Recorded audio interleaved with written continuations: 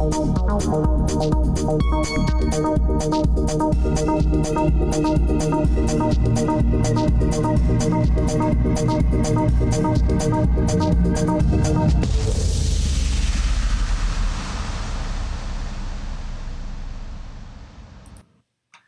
evening, ladies and gentlemen. Welcome to another session from the Wise Asylum. They've launched McGregor over there in Ireland, have you noted? He's away and he's changed his tone slightly. So maybe somebody's had a word in his ear. Don't look like Tommy Robinson. But of course, he is, and that's what he'll do. But things seem to be moving over there in the Emerald Isle, as they say, as it were. So, yeah, good, but just don't be fooled by the McGregor. Paid up. 100% paid up. Genius in the octagon, don't get me wrong, that's his talent. Empty shell everywhere else. He goes where the money goes. And he was given this role a long time ago. So, do not be fooled over there in Ireland by the McGregor. The rise of the McGregor and the Robinson. He'll be out soon, and off they go. Well, what have we got for tonight? Well, we've got some interesting stuff. There's a German perspective on what's going on with Trump and the Vatican, which is interesting because we do know that Trump, with his father, and then continued after his father's death, to attend the annual ball of the super elite Jesuit Catholics, and he's done that forever. So we know he's a part of that. Same goes for Hillary Clinton. They're all in there every year. So what's afoot? I do say. Some interesting data that's come out in this that we're going to look at tonight that perhaps we need to at least address or at least keep in our minds because we don't really know what's going on. We can only guess. But I would suggest nobody's died. Pope's just been retired because it's time. And not good. And then, of course, we've also got something else going on, which is a self-proclaimed Islamic prophet, the man himself claiming to be the Mahdi, the great Mahdi, apparently collecting lots and lots of followers and talking out his ass in complete contradiction to the man, yet claiming to have the ear of the man. So that might be interesting as well for you to have a little look at. But there's lots of things going on at the moment, let's be honest. Super Bolshevik Jimmy Savile's vagina is now to decide whether before July whether or not they're going to allow the WHO to dictate all terms in relation to what went for the last 5 years again, but this time for the wind and rain change. And of course, they've just announced that they're going to start testing this new strategy of how to reflect the sun. So, us white tongues are going to be in a bit of a mess if they keep reflecting the sun because we do need the old sunshine. And nobody seems to care. It's quite ridiculous, really, but it's agreed they're going to do it. So they want everybody on solar to save the planet, and now they're going to block the sun. Oh, how clever these people are, and how clever are all you dipsticks that got it all on your roof and contracted with councils or whomever, and you can't sell your house. They didn't tell you that bit, did they?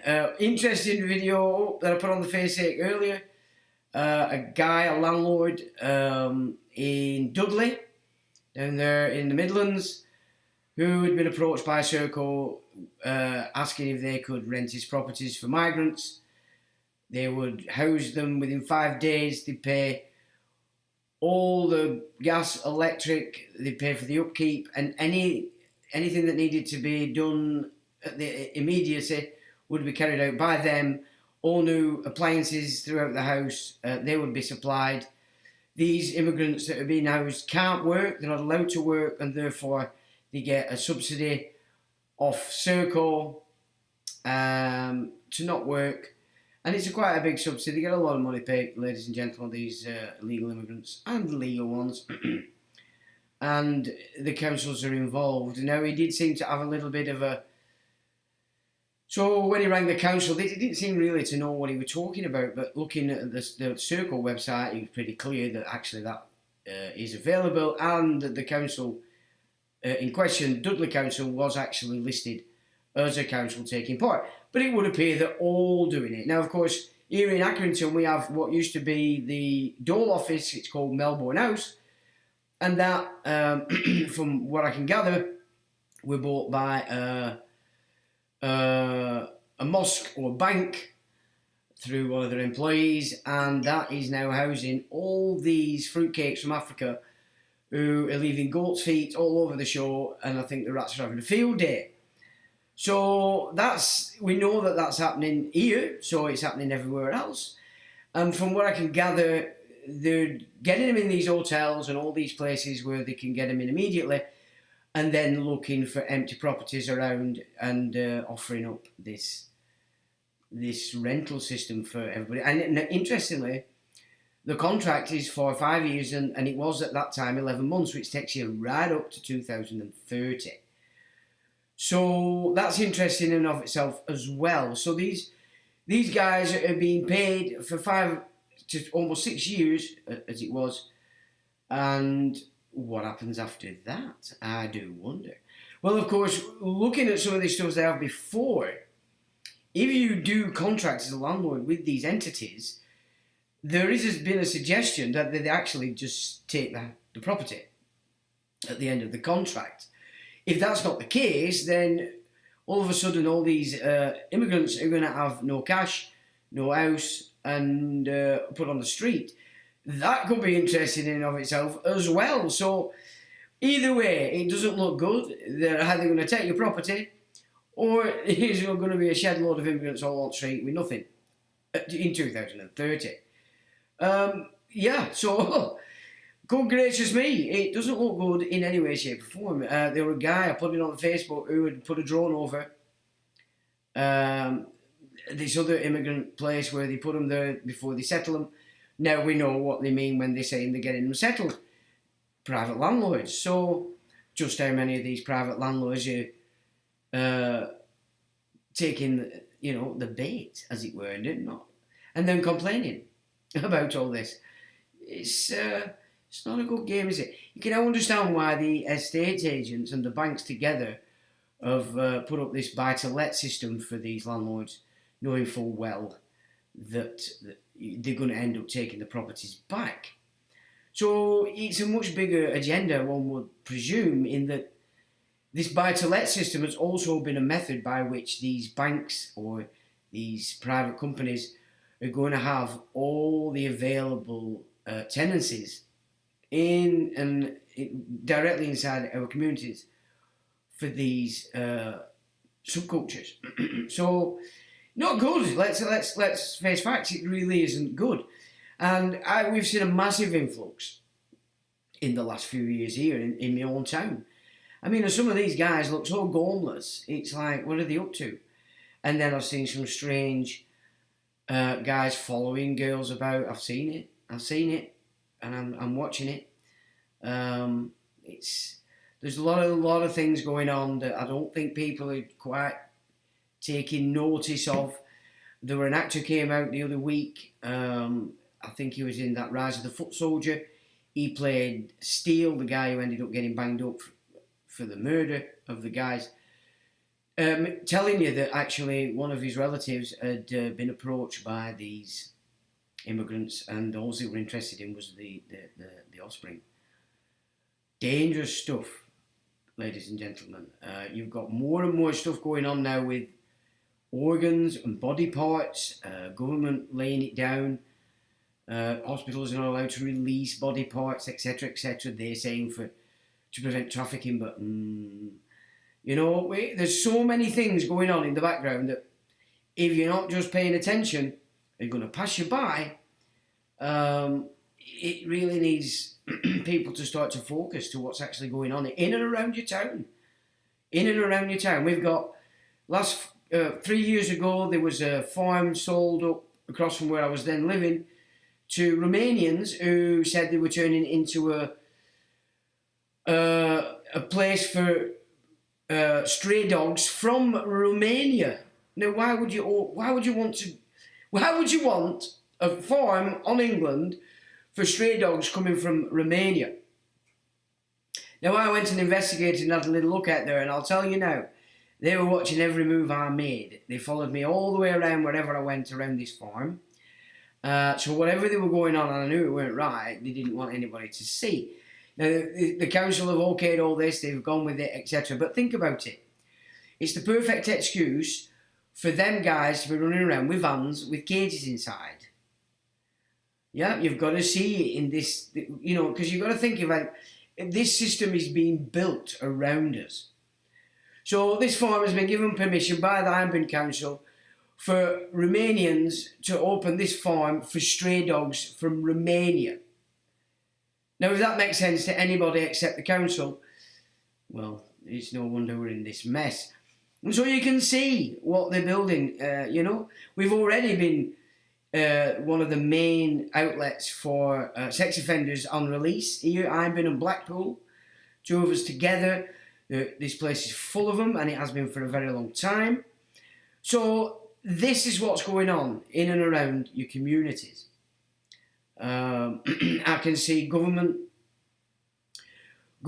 systems where a lot of these companies who do franchising things, the government's giving sex offenders the money to purchase the franchise, and then normal employees are being accused then by these fruitcake sex offenders who are being protected by the government because they announced another raft of statutes to get serious about any accusations that are made. Well, if they're giving these franchises to sex offenders whose sole purpose is to sort of accuse normal people of it, then the government's going to jump all over it. Again, another sneaky system that's being set up here. Everywhere, you've got to watch for this stuff. You've got to watch for this stuff because you can see it in the corporations are employing specific people and they're not natives. That's going on everywhere as well. And so you can see all this is leading to something. It's leading to something. The migration project is a big part of this. You know, you've got the right wing through Reform ready to launch Tommy Robinson here, and you've got McGregor now being launched in Ireland. Trump's calling it up. He's talking about bombing Iran. You can see now and now you've got this Mahdi who's risen up and claimed to be the bee's knees, as it were. Well, we'll have a look at that. It's scary times if you're paying attention. Let me just put it to you that way. And of course, like I've said, Tommy Robinson, he wants you to focus to the symptom of this, not the cause. The cause are the contracts with the councils, because of course the councils are corporations. They've all got DUNS numbers. The private for-profit corporations, and they are breaching trust by hitting your estate because you don't know what's going on. You have no concept of it, you just pay. And this is what's happening now. Everything is under corporate rules, which means the system that's in play is fascism, as defined by Mussolini. He said it should be more correctly called corporatism. Because when the domestic system and the corporations merge, then pretty quick the state laws, your national laws are no longer playing. It's the laws of the corporate, which is just for profit. And that's all they were thinking about, profit. So if you're costing it money, it wants rid of you. See the last 5 years.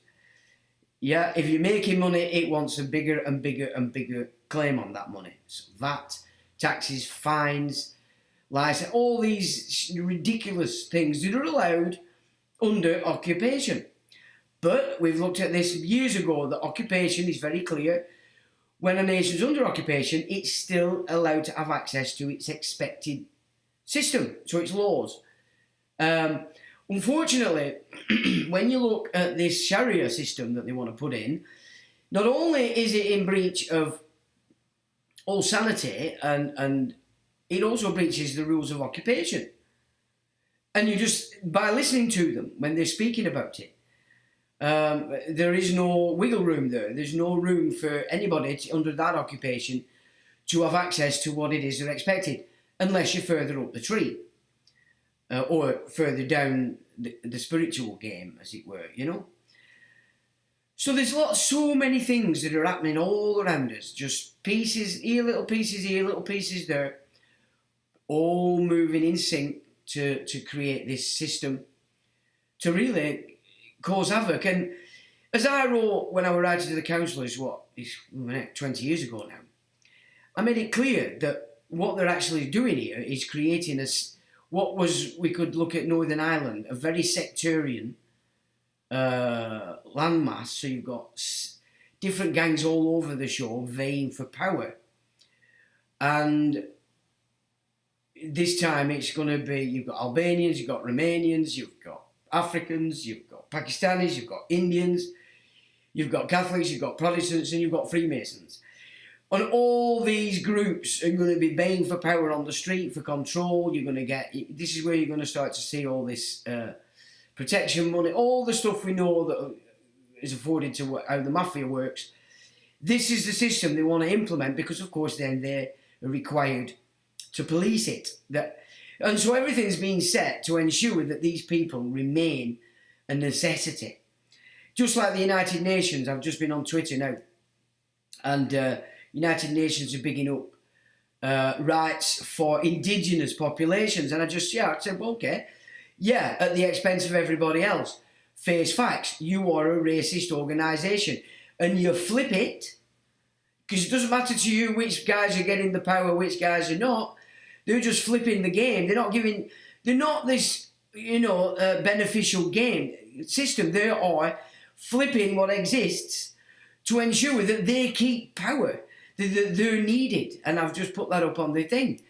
It's pathetic, really, but, if you're going to put all the indigenous populations up over and above everybody else, then you're only flipping it. You're not giving balance. You're flipping. One set now gets the power again, and the other one loses the power. You know what I mean? They're not beneficial. They're not beneficial to anybody save themselves. And everything they do is creating and ensuring that the system remains to make sure that they're required in the minds of La La Land. And so it's all happening. It's all going on everywhere. And you really do have to start to pay attention. And it's like the military now.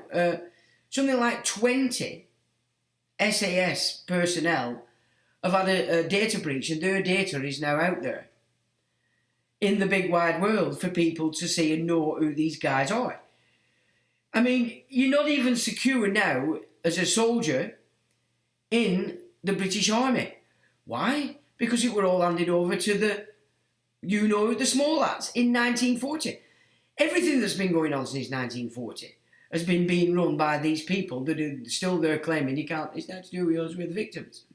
No, you're not the fucking victims. You're the perpetrators of it. So they're responsible for the breach of our lads. They're responsible for forcing this contract with the United Nations for this mass immigration. They're controlling Circle, G4S, the ones that are offering these private tenants, private landlords, secure tenancies till 2030.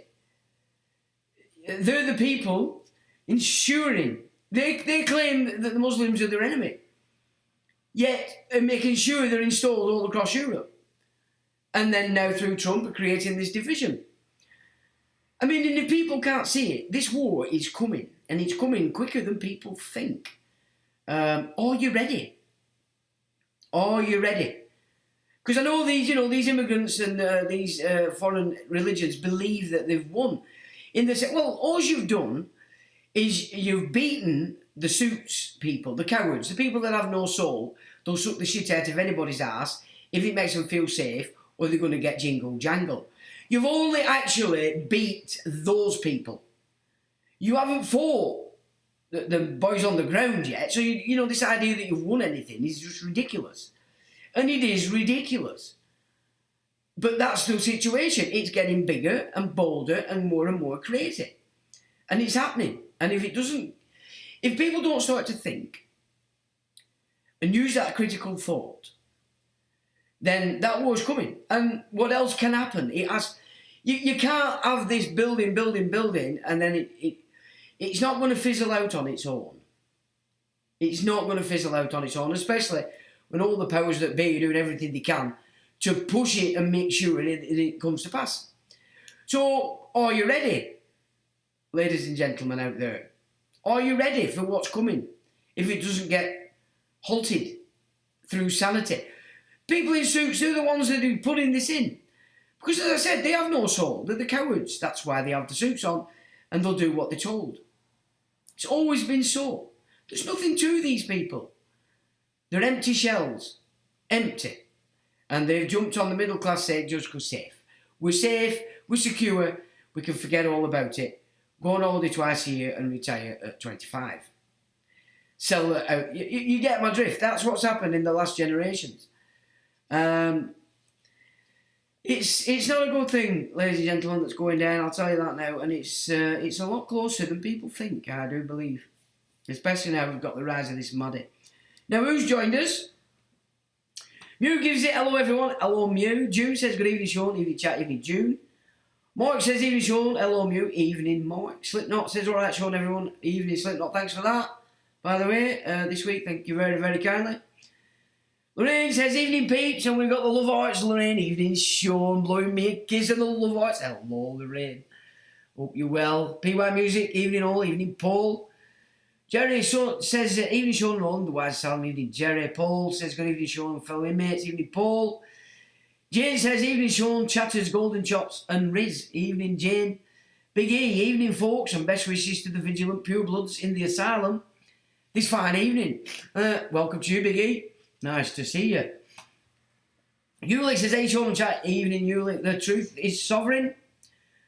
Who the fuck is McGregor? Well, I mean, he's changed his tune. Somebody sent me one earlier, and I managed to look at a little bit of it. I didn't watch it all, but he's changed his tune somewhat, I'll tell you that now. So, yeah, interesting how that might pan out now, because instead of him being all fire and brimstone, which he, as I said, take nothing away from the guy's talent. The guy is a talent and a half in the octagon, but he's an empty shell. And that 300 million that came to him after that Mayweather fight was because he'd agreed to play this role. So do not be, look at it another way, ladies and gentlemen. You can now see everything out there in the world, media, entertainment, film, books, the whole thing, football, it's all being run by these small hats. All of it. Nobody can rise up in that system unless they're playing for the same. Now, once you start to see that, anybody that's rising up there in that system, you know exactly what they are. You know exactly what they are. All you need to be looking for is what's the game? What's the plan? What is it there? What role have they been given? And you're not going to be fooled. You will not, the spells will not work upon you. And that's all you need to think about, really, in that sense. PY says Conor the McGregor, that's the one. Lorraine says mute, yep. Benefactor. Hello, Sean, and to all Wise Asylum members, evening, Benefactor. Mew says Asylum Seekers getting cheap to museums on another video. Oh, they're being given the whole show.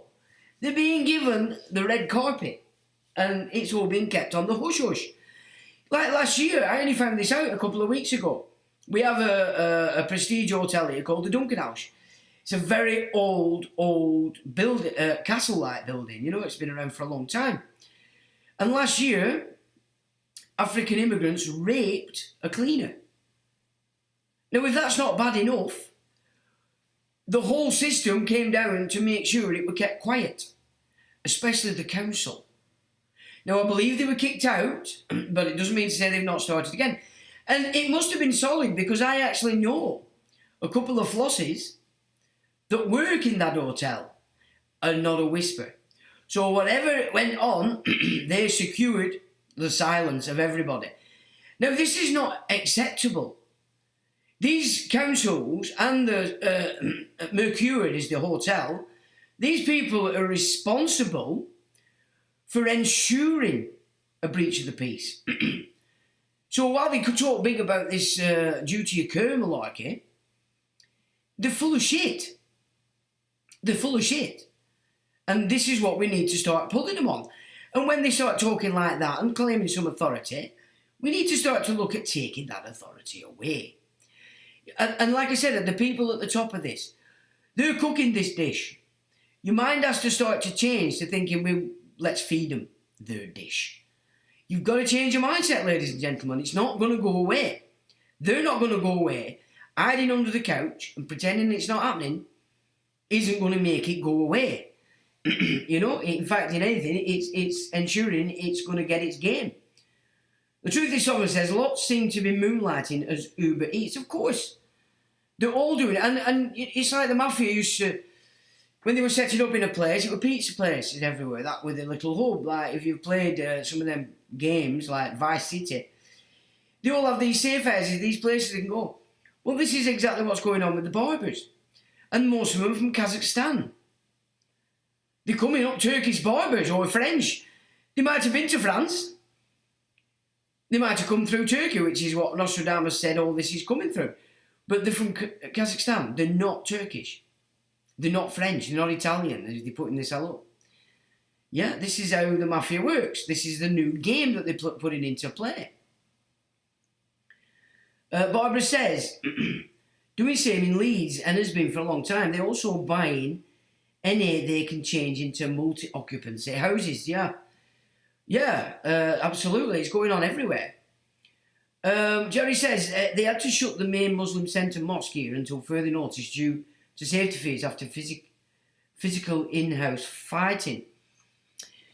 Well, I mean, yeah, they're just banks. That's all they are, is a fucking bank.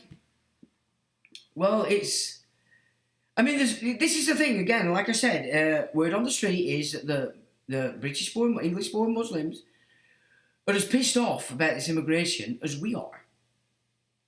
Because actually they're losing business. So they're losing business and the mosque, the bank, isn't getting the cash. It's going somewhere else.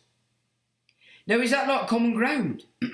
Because if we lose England, we all lose it. Now, these immigrants they don't know any different, and let's not expect them to. But we that have been born here, we that were educated here, we that have experienced and enjoyed the freedoms that England gives you, that's what they're taking away. So it doesn't matter what colour you are. It doesn't matter what religion you claim. If this is your pad, it's being removed. And this immigration game is a big part of it. Now, there are one or two, and again, it's those that are connected to the mosque at an higher level that are getting the cash. I've seen them using these immigrants for slave labour. And I out to the gym locally, and I out to a takeaway. And the gym owner wasn't happy. In fact, he's been a little bit of a naughty boy, but he's learned his lesson, I do believe. Let's just put it that way. You know, be careful what you play with down here. Not everybody down here is unprotected. And if you're going to play them games, you better make sure you're not going against somebody that's maybe a little bit higher than you in this scheme of things, you know. But I think they've learned a lesson. Let's put it that way. But last year, oh yeah, they tried it on. Let me put it that way. So yeah, you're quite right. Multi-occupancy, yeah, they'll just stick 20 in there if they can, and 40 of them in attic. And these immigrants will be happy for it because they've come from nothing. Jerry says they had to shut. Oh, I've done that one yet. Yeah.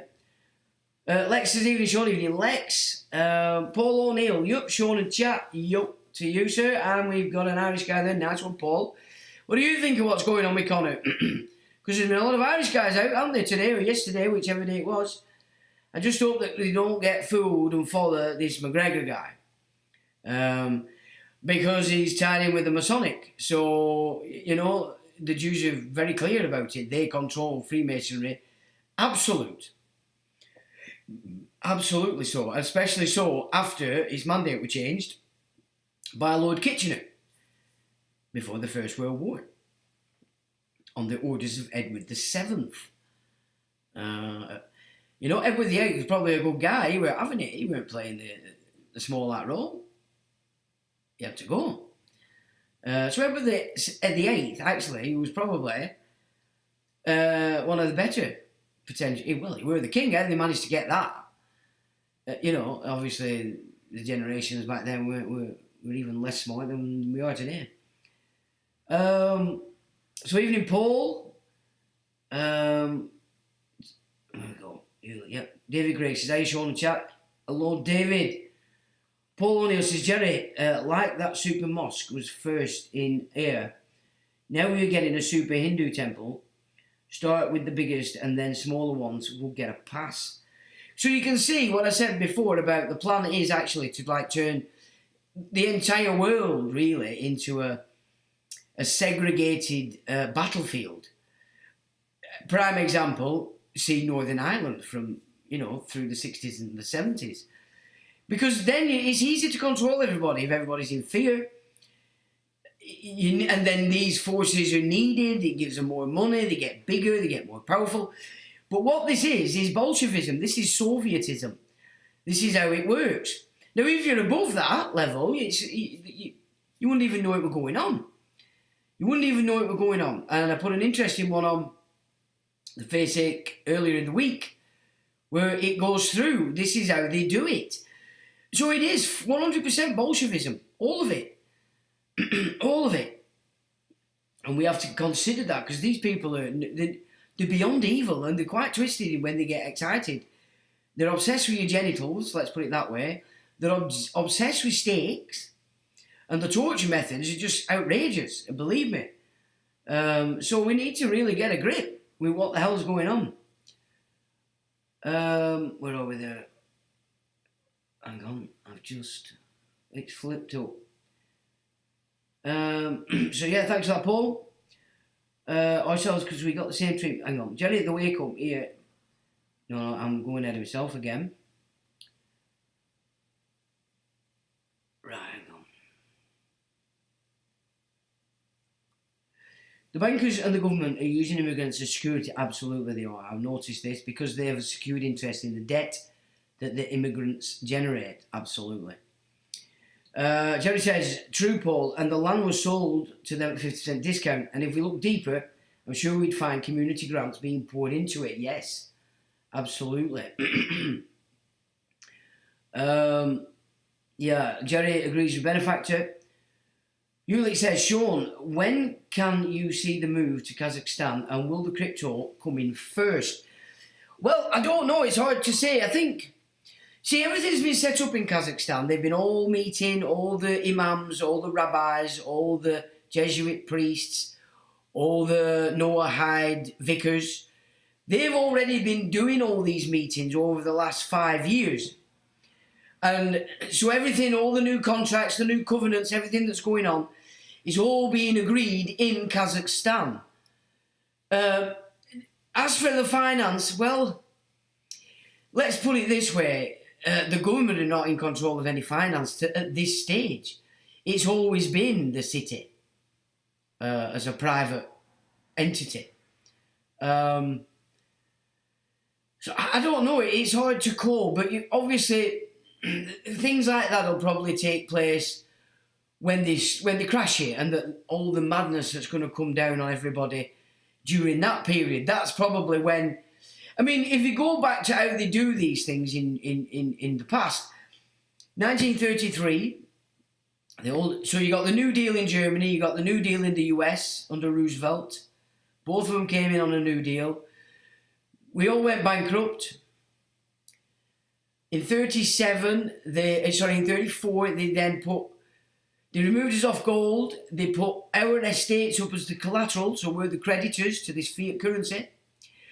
They put all that into place. From 23, they were re-educating the Germans.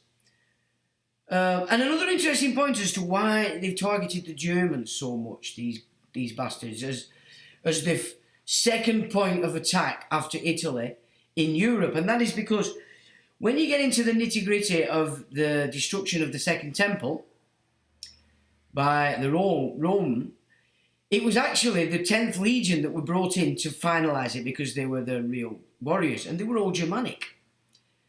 So the war was going on for 7 years, and they weren't really getting. It was a difficult war for Rome until they brought in the 10th Legion. And so the Second Temple people, which is the people that are behind Trump, behind Putin, behind Smiley over there in China, and all these corporate creatures, and Israel, they despise Germany because of that, because they finalised and slaughtered the remaining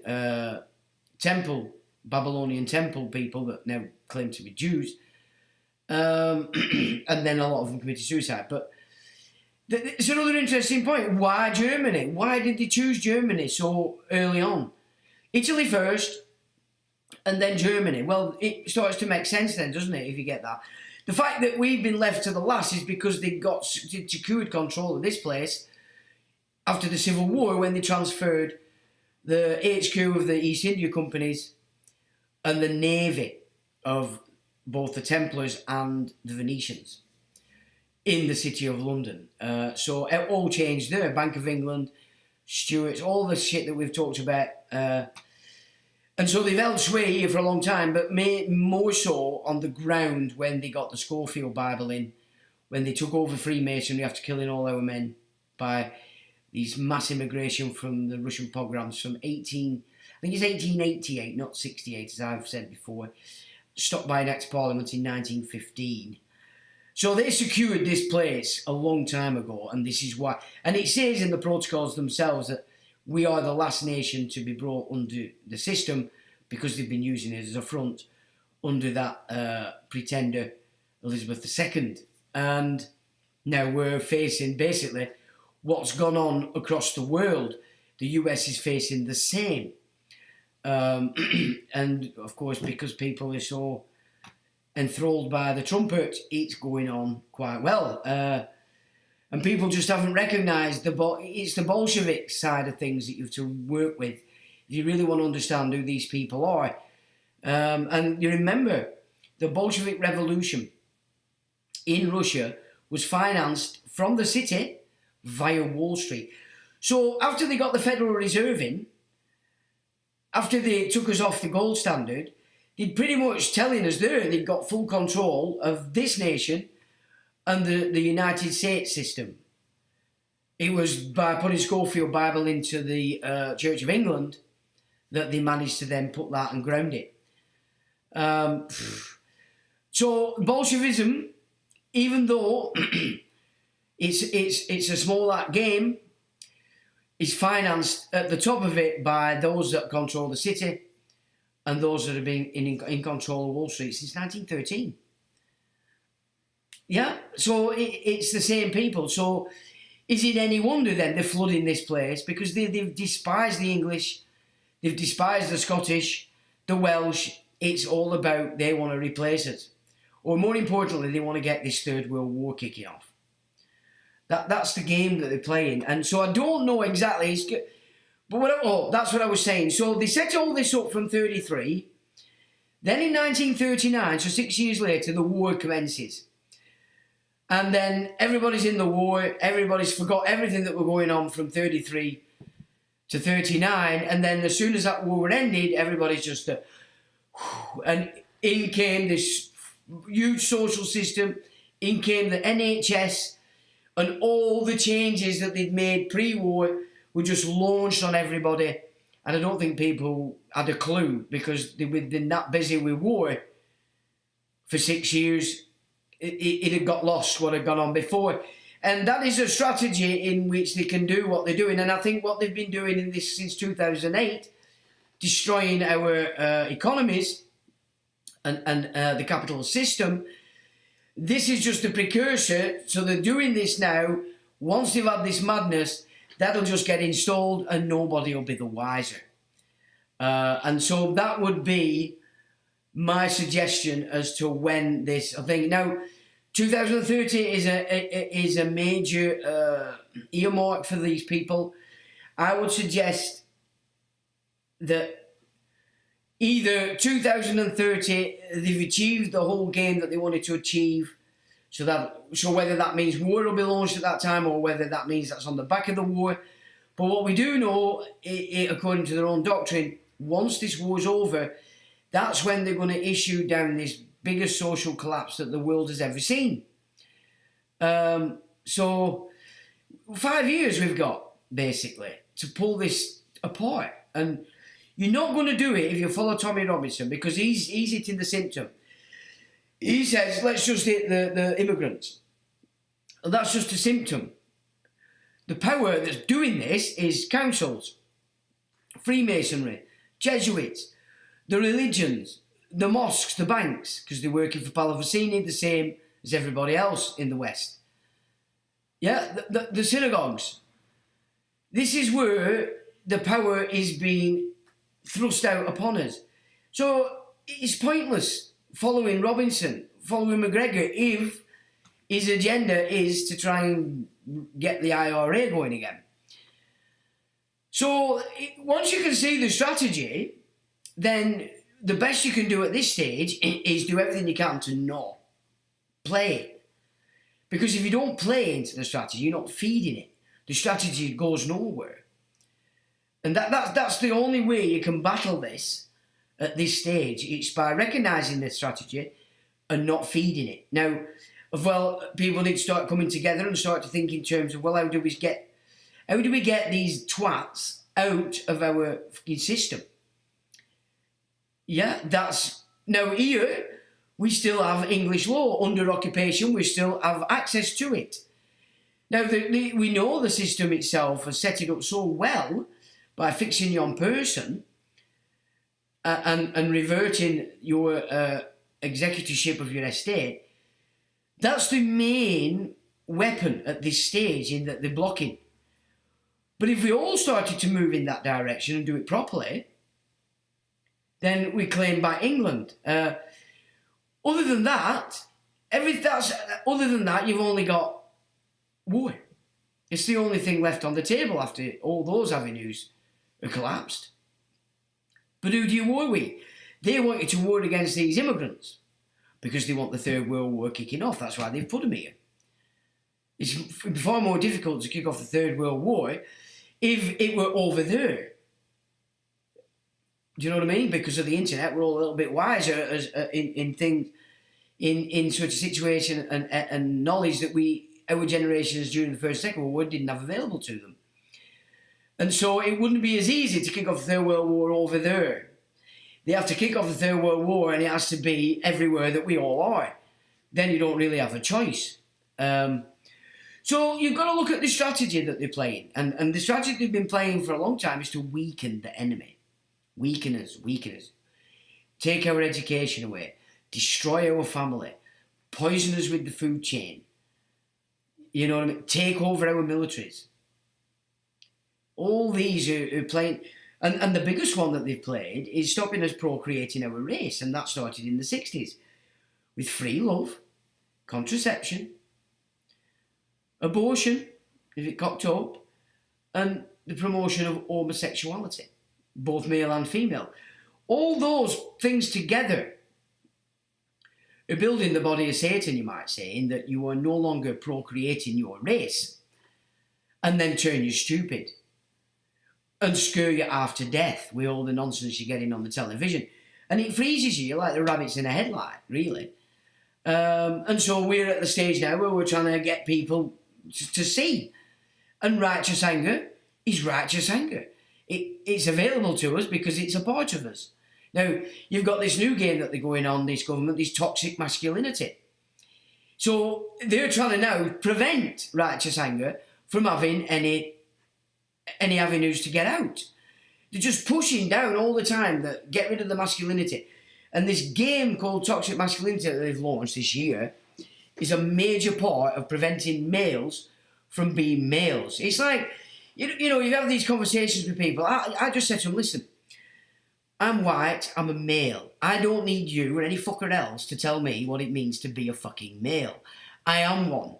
Whatever ideas you may have are your ideas. I'm not fucking interested in listening to your fucking ideas or what it means to be a fucking male. Alright? And I don't care what power you think you have. Fuck off. Did you watch Big Brother? That little shit Jojo, did you see that? Now, I'm very surprised she didn't fucking win, to be honest. But the way that she dealt with the old school, in Mickey Rourke, Did you see how that... It was just so ridiculous that she was thrusting upon him her opinion and as right, and nobody else. Now, I'd have just said to her, well, you're wrong and I'm offended. You turn it back on them. Because they're basically saying, this is how it is, and if you say any different, I'm offended. And you're in trouble. I'd just say, well, I'm offended at your opinion. Did you see what I did there? I've stopped you having your opinion.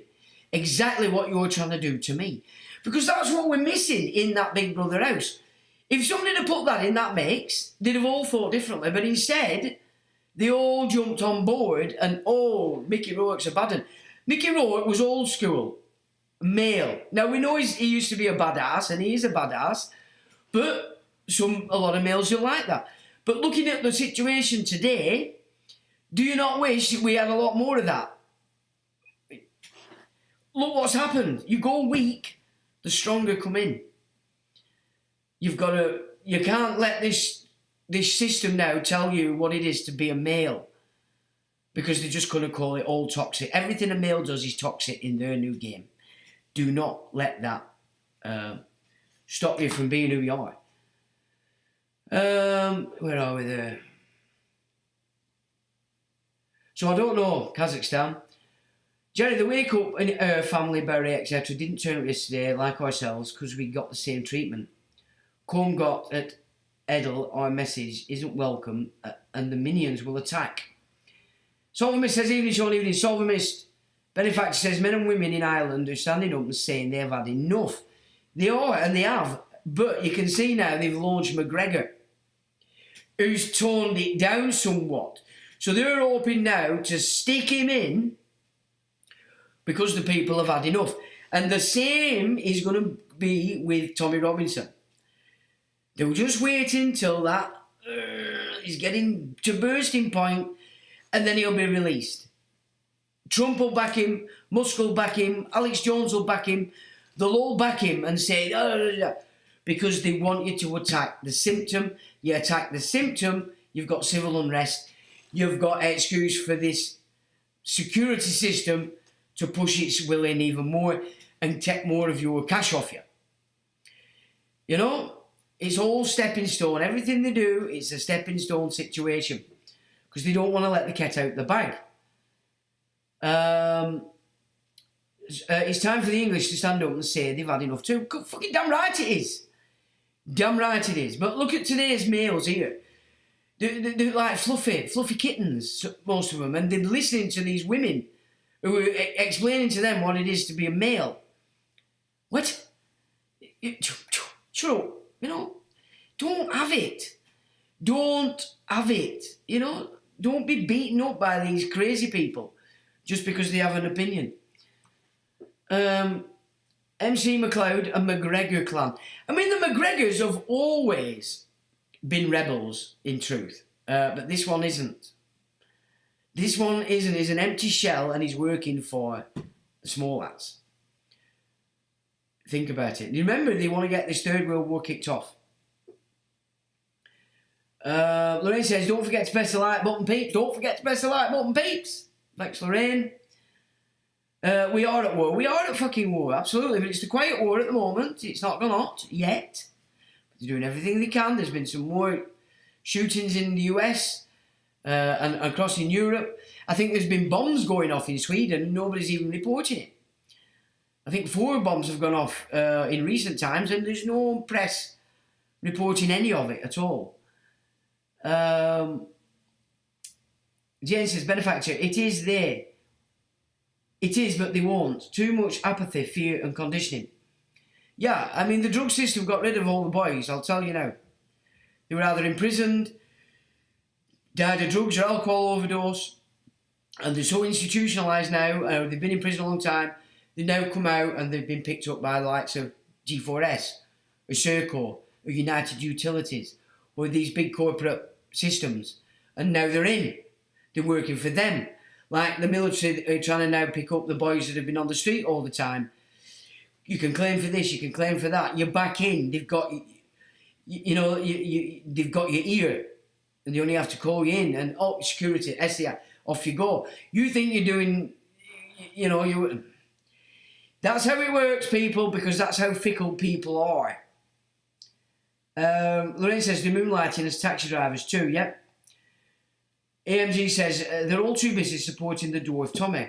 They are, and it's...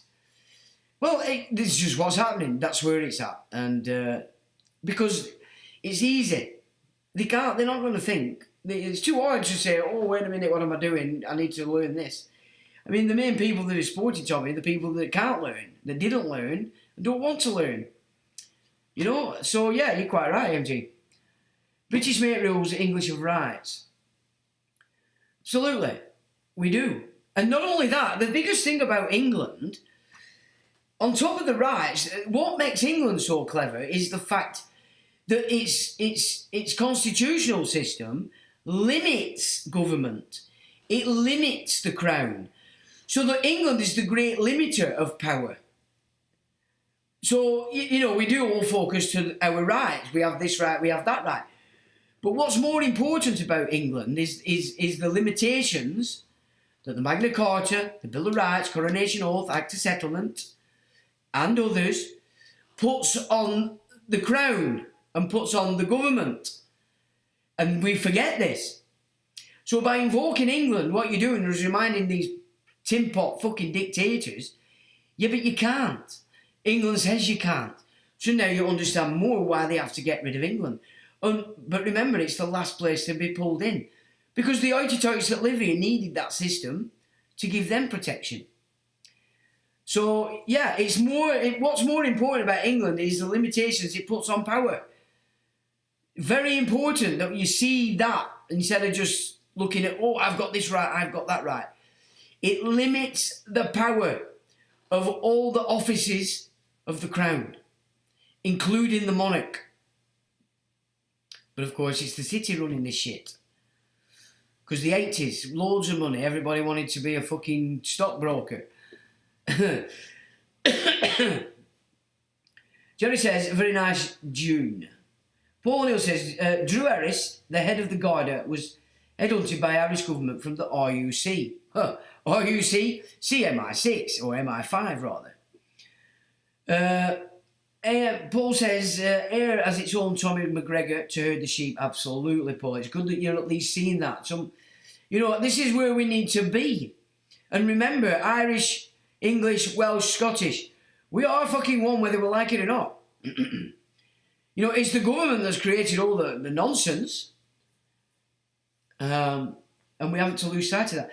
I mean, the good thing, I suppose, now is that England's full of traveller networks.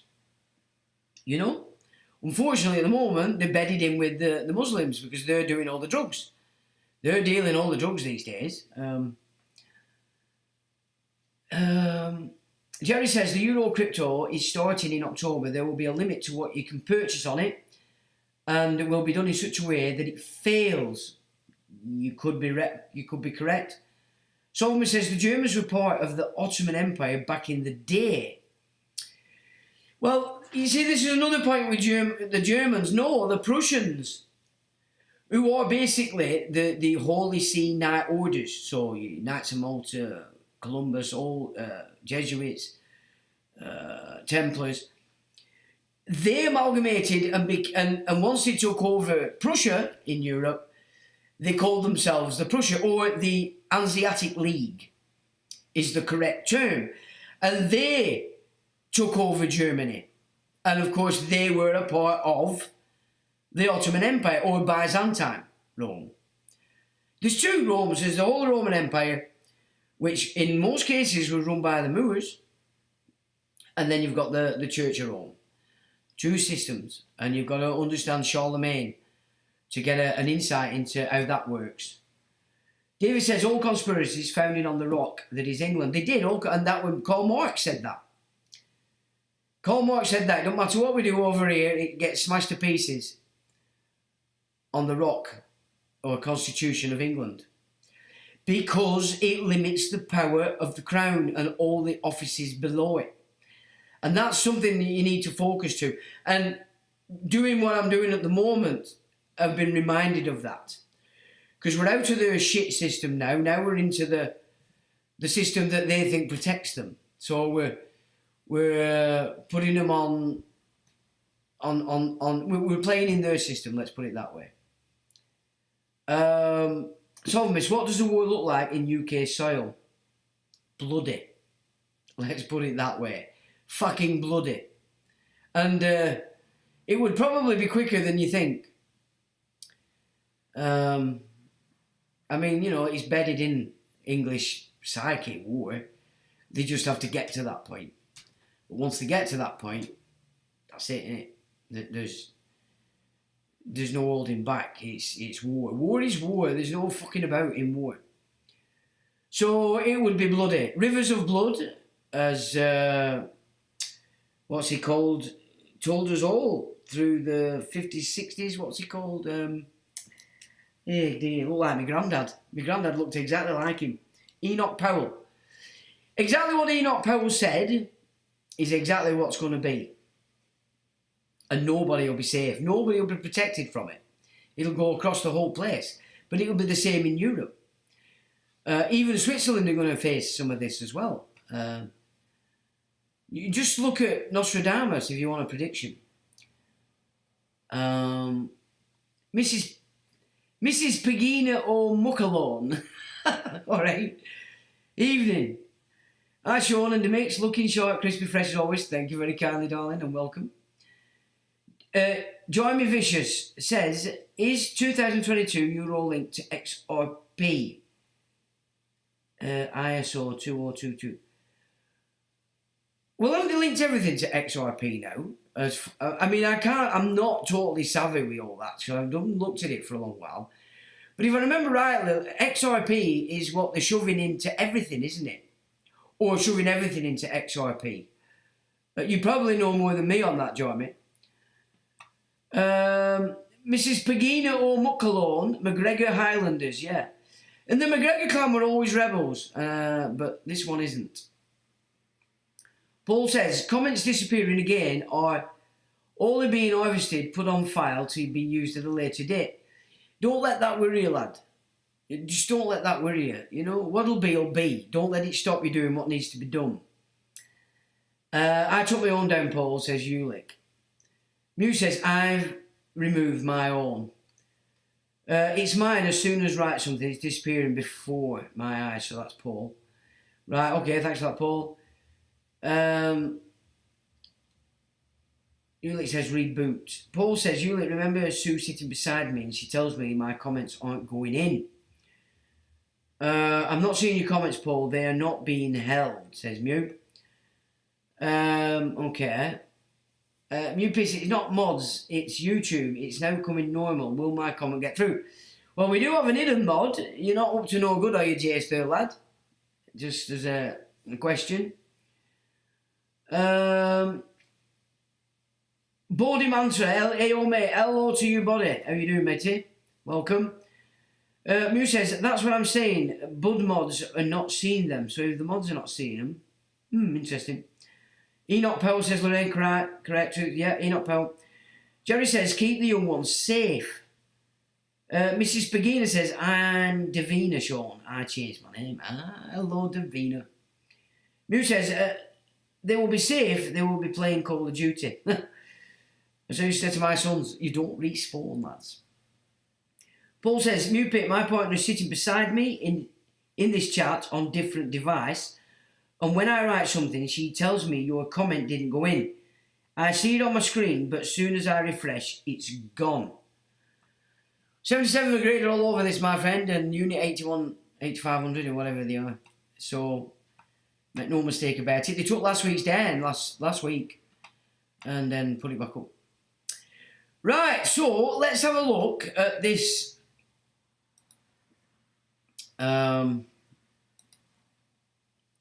This one I've put together to neat. What is it? I don't even know where I put it. Oh, wait a minute. I'm sure I put it in here. Oh, you're not going to believe this. Oh my God. This is a little bit. Just hang on. I'll tell you what I'm going to do. I have cocked up here, guys, but I can solve it, but it's going to take me a bit and I can't really show this on my screen. So, my apologies. I want you to have a look.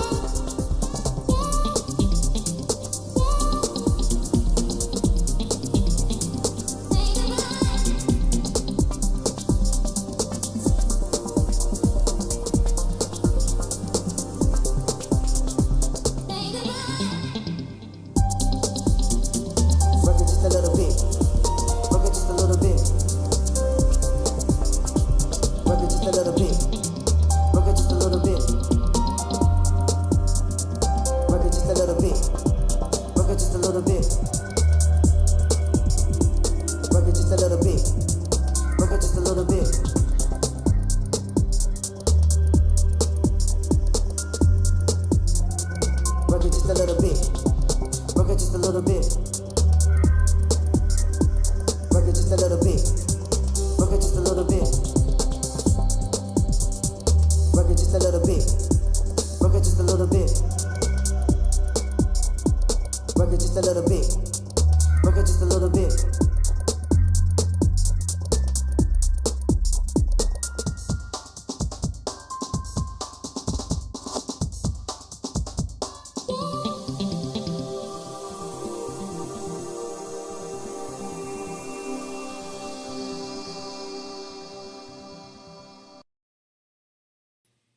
Right, sorry about that. I forgot actually to upload this document to the bloody website. What a numpty. Right, so I've done it. So, yeah, it's a good job we've got them little interlude things to play with, actually. Right. Ookie kookie, this is what we've put together. And this is from the German perspective, by the way. So it's interesting. Let's see what the old Germans have to say about this gig. So this is their take on what's going on right now with this pretend death of a pretend pope. So that's interesting as well. The English cardinal who could be papal kingmaker. Interesting. I'd be interested to see what kind of a Catholic he is then. So this is from a German guy. I've taken it from a video that he's made. This is only part 1. I don't think he's released part 2 yet. But there's some interesting points that perhaps people haven't considered, so we'll have a look at this. Now, he says the day before his death is somehow behind his death, although exactly this kind of conspiracy theory would fit into the alternative reality spun by Vance and co. Vance, of course, being Donald Trump's vice president. April 19, 2025. Vatican holds friendly talks with Vance after criticism of Trump's policies. US Vice President J.D. Vance travelled to the Vatican on April the 19th to meet with high-ranking representatives of the Catholic Church, who have sharply criticised his administration's policies. No, I'm not joking. By the end of this two-parter, you will understand exactly why the election of the next pope will arguably be the most important of our time. A power struggle between good and evil that will affect not only all Catholics, but all of us. The Catholic coup. On J.D. Vance, the Papal Mafia, Opus Dei and the Knights of Malta, this isn't a Dan Brown novel, this is reality, and it's time to take it seriously. Now, PayPal, yeah, definitely, PayPal Mafia.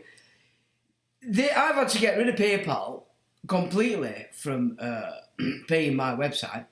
It just, every year, it stops me. I can't put money in it, I can't. It's supposed to be set up to my card. And it works for all the things. But as soon as I try and pay my website, they say your bank's, you need to go and see your bank. I go and see my bank, they say everything's fine. It's PayPal. So you go back to PayPal and they just act stupid. So I've knocked that off. It's gone. Forget it. So PayPal's an important thing for these bastards, I have to say. So, on J.D. Vance, the Papal Mafia, Opus Dei and the Knights of Malta, this isn't a Dan Brown novel, this is reality, and it's time to take it seriously. Pope Francis, who apparently had his sights set on this group of radical fascists in the Vatican, has taken a highly unusual step of excommunicating the former top Catholic in the United States, Archbishop Carlo Maria Vigano, for divisiveness. There it is. Vigano has been Mike Flynn's personal priest since 2020. Since then, Vigano has become increasingly radical, including in a sermon referring to Pizzagate. He is also an outright Russian agent and has been a speaker at Russophile conferences with Alexander Dugin in Moscow, among other things. Now, personally, that doesn't make this guy a Russian agent, in my opinion. I've listened to what this guy has had to say, and I like what he has to say. Very in sync with Malachi Martin. I believe the new Malachi Martin. The problem is not with religion, Christianity, or Catholicism. It's with the people who exploit the faith of others to drive them to self-destruction. We shouldn't be afraid to point out the difference, and we better do it soon, because this Catholic coup is about to be completed. We'll answer highly controversial questions like what the secret Catholic order Opus Dei has to do with J.D. Vance and the right-wing extremist Project 2025, which aims to establish a dictatorship under Donald Trump in the USA and destroy the EU. Well, I think the EU is doing a good job at destroying itself. Kevin Roberts, architect of Project 225, has close ties to the radical Catholic group Opus Dei. Now, I studied this Opus Dei a long time ago, and I could see clearly that they have a major part to play in changing Catholic institutions to this Jesuit game, or Vatican II. And when you get into nitty-gritty of it, they're all pretty much cryptos, so they're crypto small hats. The head of the Heritage Foundation has long received spiritual guidance from this group, and his political goals align with its teachings. Now, as I've just said, Opus Dei, from my investigations way back in the day, are actually small hats, okay? And the Heritage Foundation is an interesting gig, and I've done a profile on the website many moons ago, probably about 2012, but then it's been re-put up here in 2015. Now, I'm just going to give you a brief on this because these guys got hold of the Tories first when Thatcher caused chaos, and we had the Eurosceptics and the idiots that wanted to get us into Europe. It was the players around that pretty much handed the Tory system into the hands of the small hats through a guy called Eric Beckoff, who also was heading UKIP, so Nigel Farage as well. And in 2010, Cameron made it very clear in his conference speech at the end that if it wasn't for this guy, Eric Beckoff, there would have been a Tory party for him to get power with. So, very important guy, this Eric Beckoff. He did send us an email and basically said, I was out walking and I was mugged, but I'm all right now. So he certainly let us know that we'd put his name out there for all the wrong reasons. So, just quickly go through this, just to give you an idea. He says, since 1982, the Heritage Foundation, the most influential conservative tank in the United States, has channeled as much as $1 million to right-wing organisations in Britain and other Western European countries, with the aim of influencing domestic political affairs. So, Opus Dei, okay? So, small hats, and through the Tories, this is how they've influenced the Tories since 1982. And because it's based in America, it's got a lot of money. And the Cavendishes are involved in this, so the Duke of Westminster, okay? As I said before, a lot of these bloodlines that we know from here have been far more powerful in the United States because, of course, the opportunities were much bigger. In one case, large sums were paid through a former Central Intelligence Agency contract employee to undisclosed third parties. The British groups financed by Heritage were closely linked to senior figures in Prime Minister Margaret Thatcher's Conservative Party. Now, Margaret Thatcher's handler was Lord Peter Carrington. Lord Peter Carrington was Henry Kissinger's right-hand man. All right, so you're getting an idea of just who were controlling Margaret Thatcher.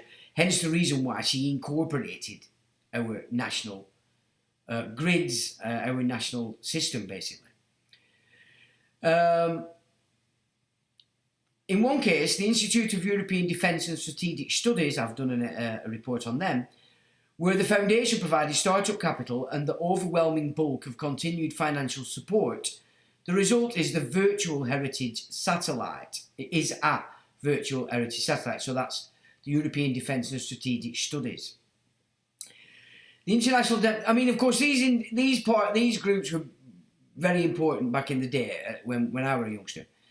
The International Democratic Union was a coalition of Conservative Party leaders from 30 countries and was set up in 1983 to hold biannual gatherings to coordinate strategies, particularly in foreign policy. Geoffrey Gaynor, Heritage Council for the International Relations, set about establishing a common international agenda for the right. In 1982, President Reagan appointed the Foundation's president, Edwin Fulner Jr., as chair of the US Advisory Commission on Public Diplomacy. That commission evaluates programs of the US Information Agency, including Voice of America, Fulbright scholarships, and the National Endowment for Democracy. Fulner attended the London School of Economics and the University of Edinburgh and maintained close personal links to British Conservatives. Now, the LSE is another Bolshevik system, like the Fabians. Both institutions were formed and were controlled out of Adelphi House. John Adams Street gang, as I've got it written. Once the home of the Hanoverians, that's where they actually lived. Heritage alumnus John O'Sullivan, editor of the Foundation's journal, Policy Review, from 1979 to 1983, and later a policy advisor to Thatcher, wrote key sections of the Conservative Party's elections manifesto, The Next Moves Forward. Heritage funding of British projects was evident as early as 1979 and became more systematic in 1982, when US and British Conservatives were alarmed by the growing influence of the peace movement. Now, of course, 1979 is when Thatcher got in. Heritage disseminated so-called backgrounder titled Moscow and the Peace Offensive, in which it called on the North Atlantic Treaty Organisation, NATO, and its affiliated public support organisations to spread information concerning the links between known communist front groups and the independent peace groups. The campaign to prevent the deployment of cruise missiles on British soil was accompanied by a steady acceleration of Heritage funding. Britain was the target of more than 95% of Heritage international funding operations. 3 main recipients were identified for 1982, 1983 and 1985. The Institute for European Defence and Strategic Studies, which received a total of $427,809, more than dollars. But bearing in mind, this is figures before 2008, so that were a massive amount. More than any other group, US or foreign. The International Freedom Fund establishment, which took 140, and the Coalition for Peace Through Security, which accepted 10,000 in 1982. And according to some evidence, it may have received additional funds that were never declared. BBC Television's Untransmitted Secret Society series obtained a letter from the CPS thanking the Heritage for a further grant of 50,000 in October 1982. 3 other British groups were given token amounts: the Social Affairs Unit and International Symposium of the Open Society, an organisation listed simply as Annex. Founded in 1979, the year Thatcher came to power, Institute for European Defence and Strategic Studies stated its goals thus: to assess the impact of political change in Europe and North America on defence and strategic issues, in particular to study the domestic political situation in NATO countries and how this affects NATO posture. It declared that it would put most of its efforts into publications, seminars and conferences. In an interview in February with Internation, Gaynor denied that there was any formal connection between Heritage and the Institute, but the IEDSS was in fact set up with foundation funds. Heritage President Fulner chairs the Institute's board. So Bolsheviks creating the opposition in conservative through the then broken Conservative Party. Richard V. Allen, Reagan's first National Security Advisor, a Heritage Distinguished Fellow and head of the Foundation's Asian Studies Centre Advisory Council, is also a board member. Frank Shakespeare, chair of the Foundation's Board of Trustees and the Reagan administration's ambassador to the Vatican, was a founding member of the IEDSS Advisory Council. Frost says that Stephen Hessler came up with the idea for the IEDSS, one of the earliest prominent directors to Britain's Social Democratic Party, which broke away from the Labour Party in 1981. So that's your Liberals, isn't it, remember? Hessler was also a heritage scholar and a member of the editorial board of Policy Review, according to Frost. Hessler saw the need for a broad-based international institute and persuaded Ed Fulner that this was a good idea. So you can see, we aren't going to read it all, that this is how the Bolsheviks have created their own opposition here. But basically have took over our entire political class. Labour was always Bolshevist, Liberals was Whig, and the Social Democratic Party shifted from Labour more into the Liberal side, and then they amalgamated for a while, as you remember. So I'm not going to go through it all because, obviously, I'll just double check to see if there's anything of interest in. So coalitions are starting here. This is where your coalitions are coming in, yeah? Where they're basically completely taking over our political system. Heritage and President of the Free Congress Foundation. All these big sort of NGOs, you might call them, non-governmental organisations, taking power like the foundations did in the US, like the Rockefeller Foundations and such. So here's where you're getting all entrance into education. They got rid of the electoral colleges so that we weren't training people properly to be civil servants anymore. And then you've got Brian Crozier, who's a former head of the Institute of the Study of Conflict. I've done a piece on him. He's an interesting chap. When they took over the Trough of Bowland, they set up Owen Oyster and all this malarkey. Brian Crozier, yeah, he's a big player in this. What else have we got here? I'm just going through it quick. Now in Germany, the Hans Seidel Foundation in West Germany, International Arm of Franz Joseph Strauss Christian Social Union, Club des Horloins in France. So they were getting in all these conservative political systems across Europe. You know, so they got United States, Britain, France, West Germany, Japan, and other countries. And Reagan's at the helm of this at the time, and Thatcher, which meant Peter Carrington, Lord Carrington, and Kissinger. The Soviet Union began deployment of intermediate. So it's all based around nuclear. This to scare everybody to death, so that they could further militarise NATO, give it more power, more money. Because ultimately they need NATO. Now, Sir James Goldsmith's in this as well. Goldsmith's, of course, tied to Diana. To this end, USIA convened a small committee of private citizens, including the British financier Sir James Goldsmith and two media moguls, Rupert Murdoch and Joachim Mater of Axel Springer Publishing Hamburg, with a view to both raising private sector finance and getting the message into the European press. This committee met Reagan for lunch and was briefed by Daly. Well, we don't need to really speak of Murdoch. Everybody knows what he is. The real masterstroke in the INF campaign was the selection of the new US ambassador to NATO, David M. Abshire. Abshire was the founder of the Centre for Strategic and International Studies in Washington, D.C., and had already had a special relationship with the European think tank Circuit. So they're claiming that, European Union's blah, blah, blah, but you can see via America, the heritage system is pretty much installing itself across Europe. So that'll make more sense in a bit because of what Trump's been saying. In 1983, Vice President Bush made a European tour and obtained the necessary agreements for the deployments, which went ahead everywhere planned except the Netherlands. While follow-up polls showed that the INF deployments were unpopular with the wider population, Europeans were apparently convinced of the sincerity of the American approach to the arms reduction and attached far more significance to other issues of the day, like social and economic concerns.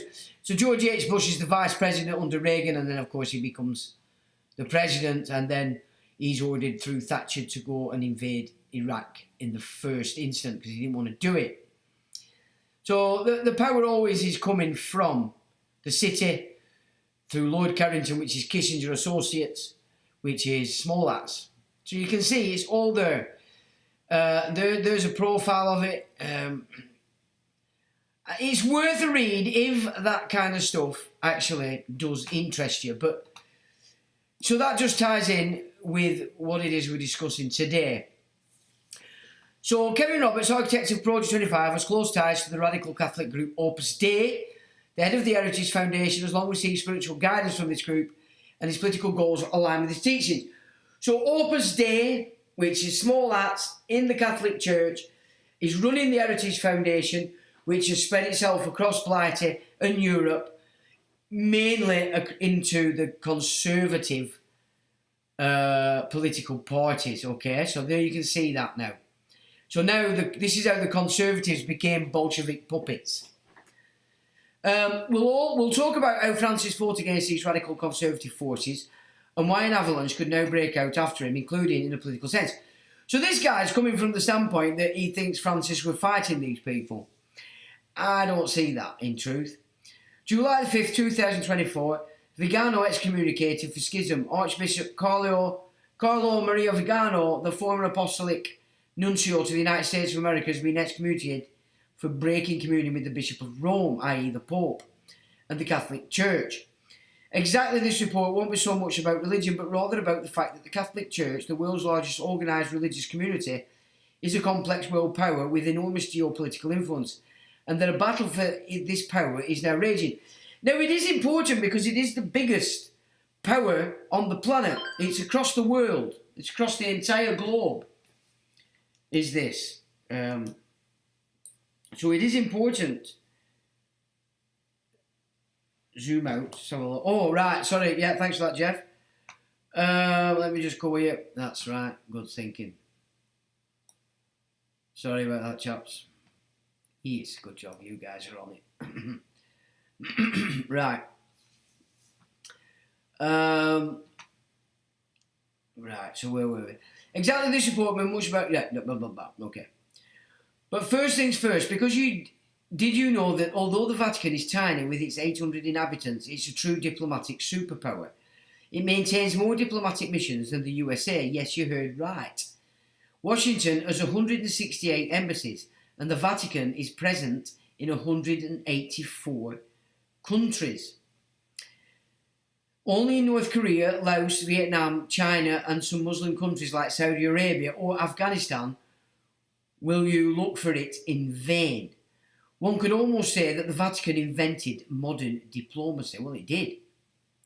Now, here's just a series of links, because of course I'll put this document up, that I've put together over the years just relating to... Because it does look like Francis actually handed over power over election of people in the Vatican to China. Now, you know, we have to say... So I'm not in agreement with this German standpoint that actually Pope Francis was doing something good. No, he played his part, would be my suggestion. And so there's just a few interesting links if you're interested in this data. But that's not all. The Holy See may not have an official intelligence agency like the CIA. All right, they earn on taxes. I don't think you know what you're talking about, mate. But its worldwide network of priests, bishops, and cardinals often functions similarly effectively. Well, he's not really taking into account the Knights of Malta, Knights of Columbus, and the thousands of other knightly orders. So, okay, I'm not in agreement with a lot of his takes, but never mind. We all know that the rat line through which the Catholic Church not only provided numerous Nazis with secret connections, but also with new identities. That was a long time ago, of course, but these structures still exist and have adopted to modern circumstances now. Hence, the image for this. People forget this. Now, I'm a big fan of George Patton, because I've studied his stuff. I've studied his written works, etc. And for me, this guy was what you'd expect a proper general to be. Unfortunately, generals don't run wars. Politicians do. But this is what George Patton had to say about the Second World War. He said, "Gentlemen, I have come this morning to the inexcusable conclusion that we have fought on the wrong side. This entire war we should have fought with the fascists against the communists, and not the other way around. I fear that perhaps in 50 years, America will pay a dear price and become a land of corruption and degenerate morals." General George S. Patton, July the 21st, 1945.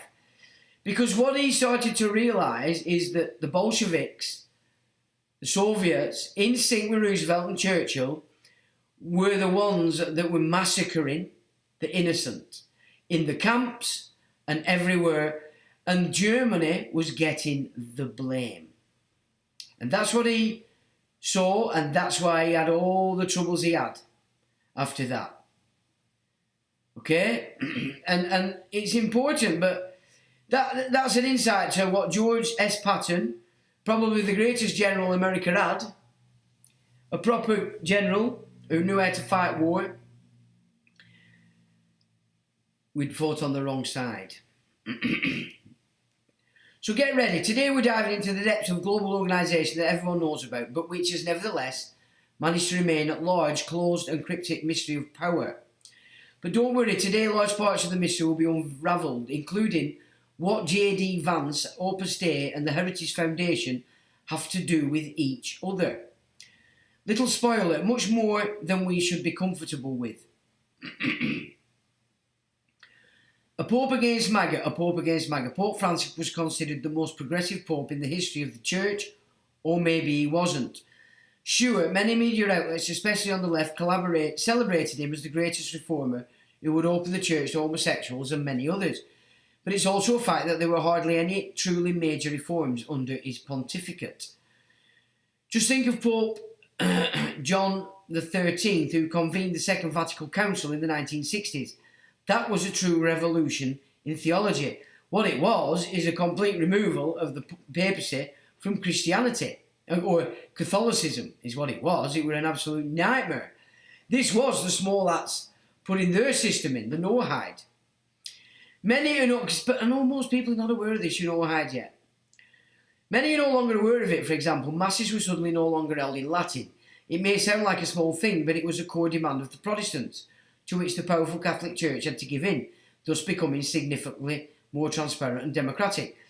Well, I'm sorry, but the Protestants by that time had been completely and utterly taken over by the Schofield Bible, which then put the Old Testament in precedence of the New Testament, and therefore were no longer anything to do with the man himself and his Gospels. So that's not actually something to be happy about. Let's be clear, this was about the brutal redistribution of power and influence over hundreds of millions of believers. Wars are fought over such things in the past.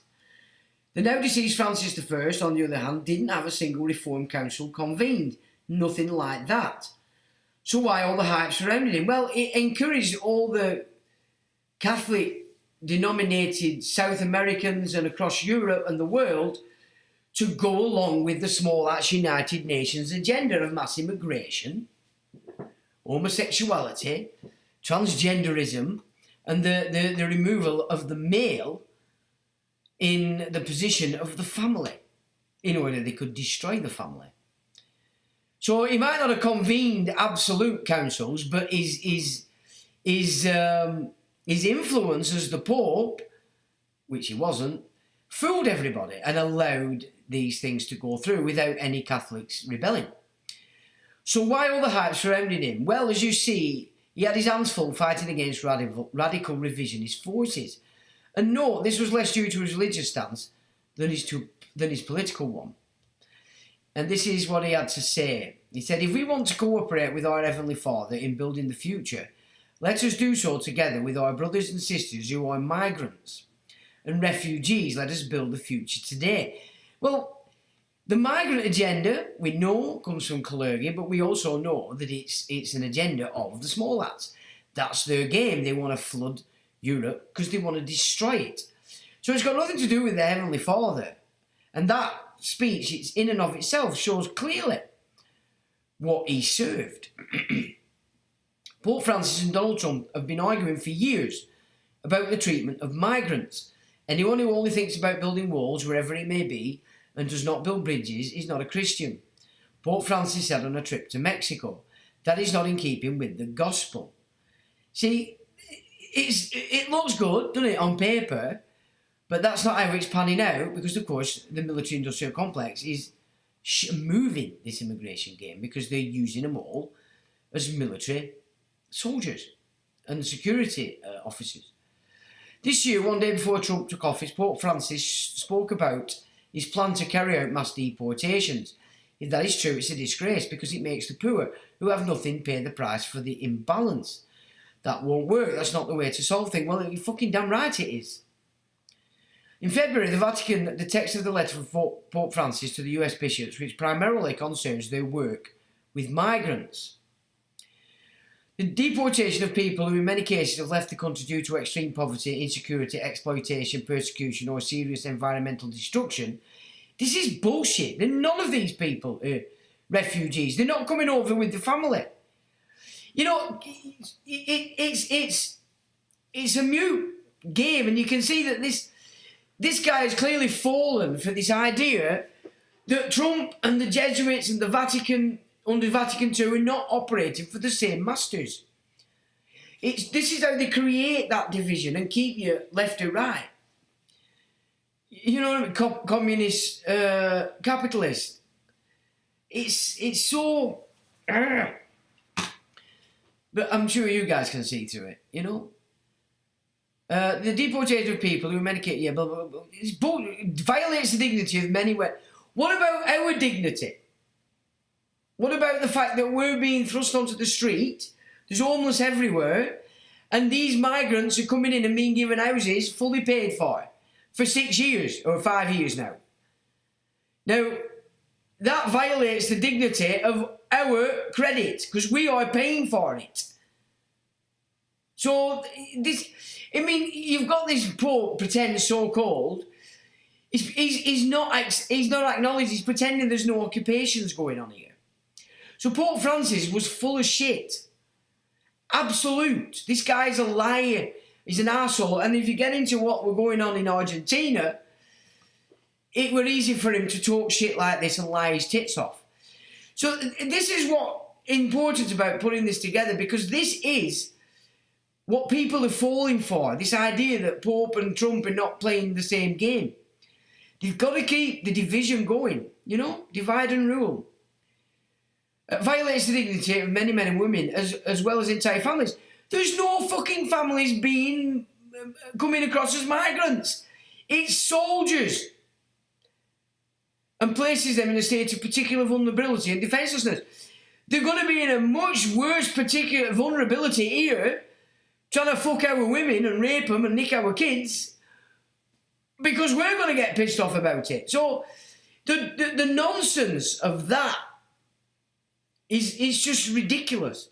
And the reason why people fall for this division. But it's not just about foreign policy, but also about domestic policy, that is, church policy itself. In other words, about how he led the Catholic Church. And no, this is still not about religion, faith, theology, or philosophy. Let's take a look behind the scenes of what is arguably the most secretive and oldest institution in the world. An institution in which a bitter power struggle is currently raging between the Conservatives and the Reformers. A struggle that has already claimed victims. Unprecedented step, Pope Francis throws critical Cardinal Burke out of his Vatican appointment. And that's November 2023, BBC. Just imagine the Pope is the head of the state of the smallest country in the world, the Vatican, which has a population of just 800 in an area of 0.44 square kilometres. Nevertheless, he wields a power like no other, almost like an absolute monarch. One could even say that the Vatican is the last absolute monarchy in Europe. Of course, with one peculiarity. Power is not inherited. So how does it work? With a rather unique system, a kind of religious democracy, which we'll discuss in more detail later. And you'll see that Thiel, Vance and Musk also want to hijack this democracy in the Vatican. So there they are, the three amigos. That's Vance in the middle, by the way. Thiel on the right, and everybody knows the muskrat. But one thing is clear, and this probably surprises no one. As head of the Catholic Church, the Pope has immense influence over millions of people. After all, we are dealing with the largest organised religious community in the world. Well, I think it's 1 billion, isn't it? Wait a minute, some might object, what about Islam? Now, good point, but I said organised religion. Sunni Islam has many followers, but no single leader that everyone follows. In Catholicism, on the other hand, there are over 1.4 billion people who, at least theoretically, see the Pope as Christ's representative on earth. Now, that said, this is about to change, because this fella here is claiming to be the Mahdi. Okay? So this is we're going to look at this in a minute, right? Now, I put this up today because a Green Party councillor has put this up to get his votes. Greens for Palestine. So I wrote, bank wars. Pick the mosque or the synagogue. They are all emissaries of the banks. One extorts his balance sheet from the community and the other steals your deposit. So mosque, synagogue, extortion, theft. Both banks. You must begin to see beyond the face value of the script. So here's you've got a little Johnny come fucking lately up for the Greens, and all he's interested in is fucking Palestine. So you can see, they want us to get involved in this bank war. Muslims, Jews. This is the division that they're creating. Yeah, and playing on and pouring out everywhere. It's fucking ridiculous. Right, so now we're going to break off there and we're going to look at this. We're going to look at this self-professed leader of the Islamic world. Listen to this. Muslims would call the Mahdi. Let me start that again. So the Antichrist has appeared, or what Muslims would call. Man has come out and said he is the Mahdi. And at first I thought this was a joke. But crazy thing is, this man is really gaining followers. Watch what he had to say about Christians. Now, O Christians in the East and the West, hear me and obey. I am a messenger sent to you from Jesus Christ, alayhi salam. Paul is false and led you astray. The church is corrupt and no longer upholds the law of God, nor does it defend the oppressed. The papacy has been stolen and the rightful heir has been pushed aside. There is no one else but me that you are obliged to obey. May God be a witness that I have proclaimed.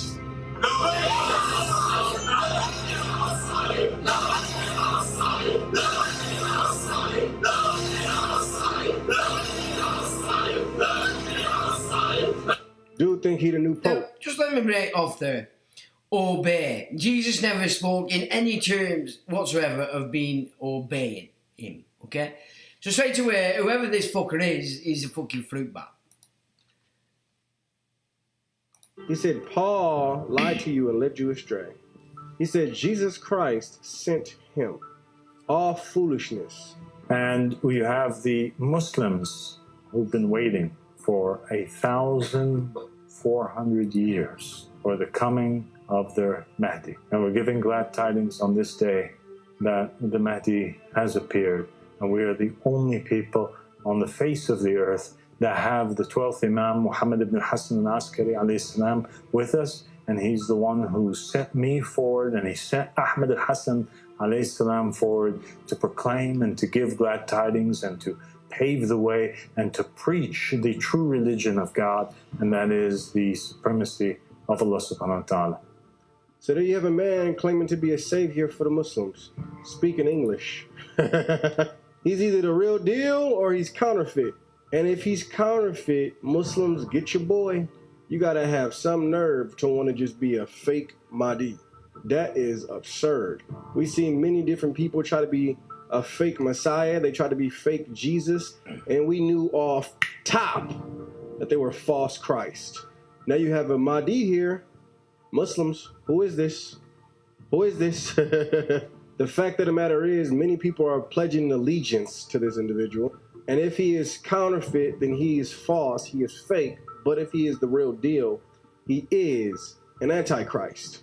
Now, you see, the thing is, when you get into the actual Quran, Allah is very clear that he is not the father in the Bible, and nor does he have any sons. Okay, so if you follow Allah, you're not in any way, shape or form in sync with the biblical script, which also means Jesus. Now, I can say to you, having read the Quran, I know for an absolute fact what that guy has just said is utter horseshit. Okay, this guy's batshit crazy. Now, whether Muslims are going to believe this or not, I don't know. But everything that guy said is utter shite. And that's because I've read the Quran. Why is he doing that? The biblical antichrist. Let me show you what a pastor said about the two. Mahdi will be a messianic figure. He will be a descendant of Muhammad. He will be an unparalleled, unequaled leader. He will come out of a crisis of turmoil. He will take control of the world.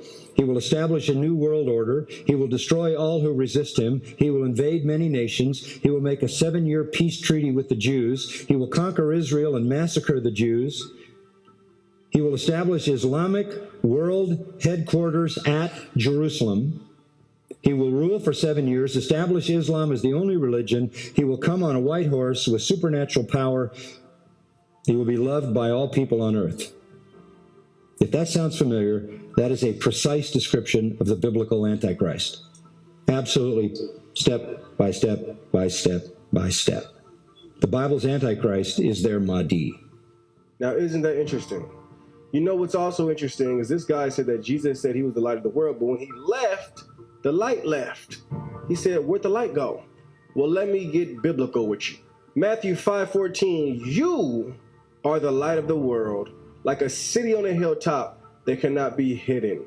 Those who are in Christ, Christ is in them. Christ is here and alive. So don't get it twisted, my friend.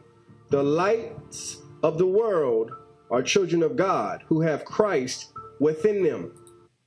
As I've said all along, it's in everybody. It's whether you allow it to shine, you know, and you're not going to do it while your mind's full of shit.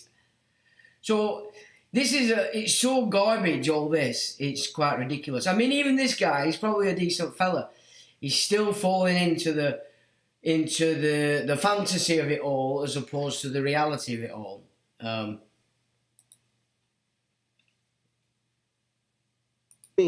Christ is still here, and he's in here. This costume dressed up supervillain has lost his marbles. I pray even the Muslims could see past this one. And interesting enough how he came around as far as popped up visually to the point where I could see after the Pope passed away. Now this man has been around for a good while, but I never seen him. Now the Pope passed away, I see him.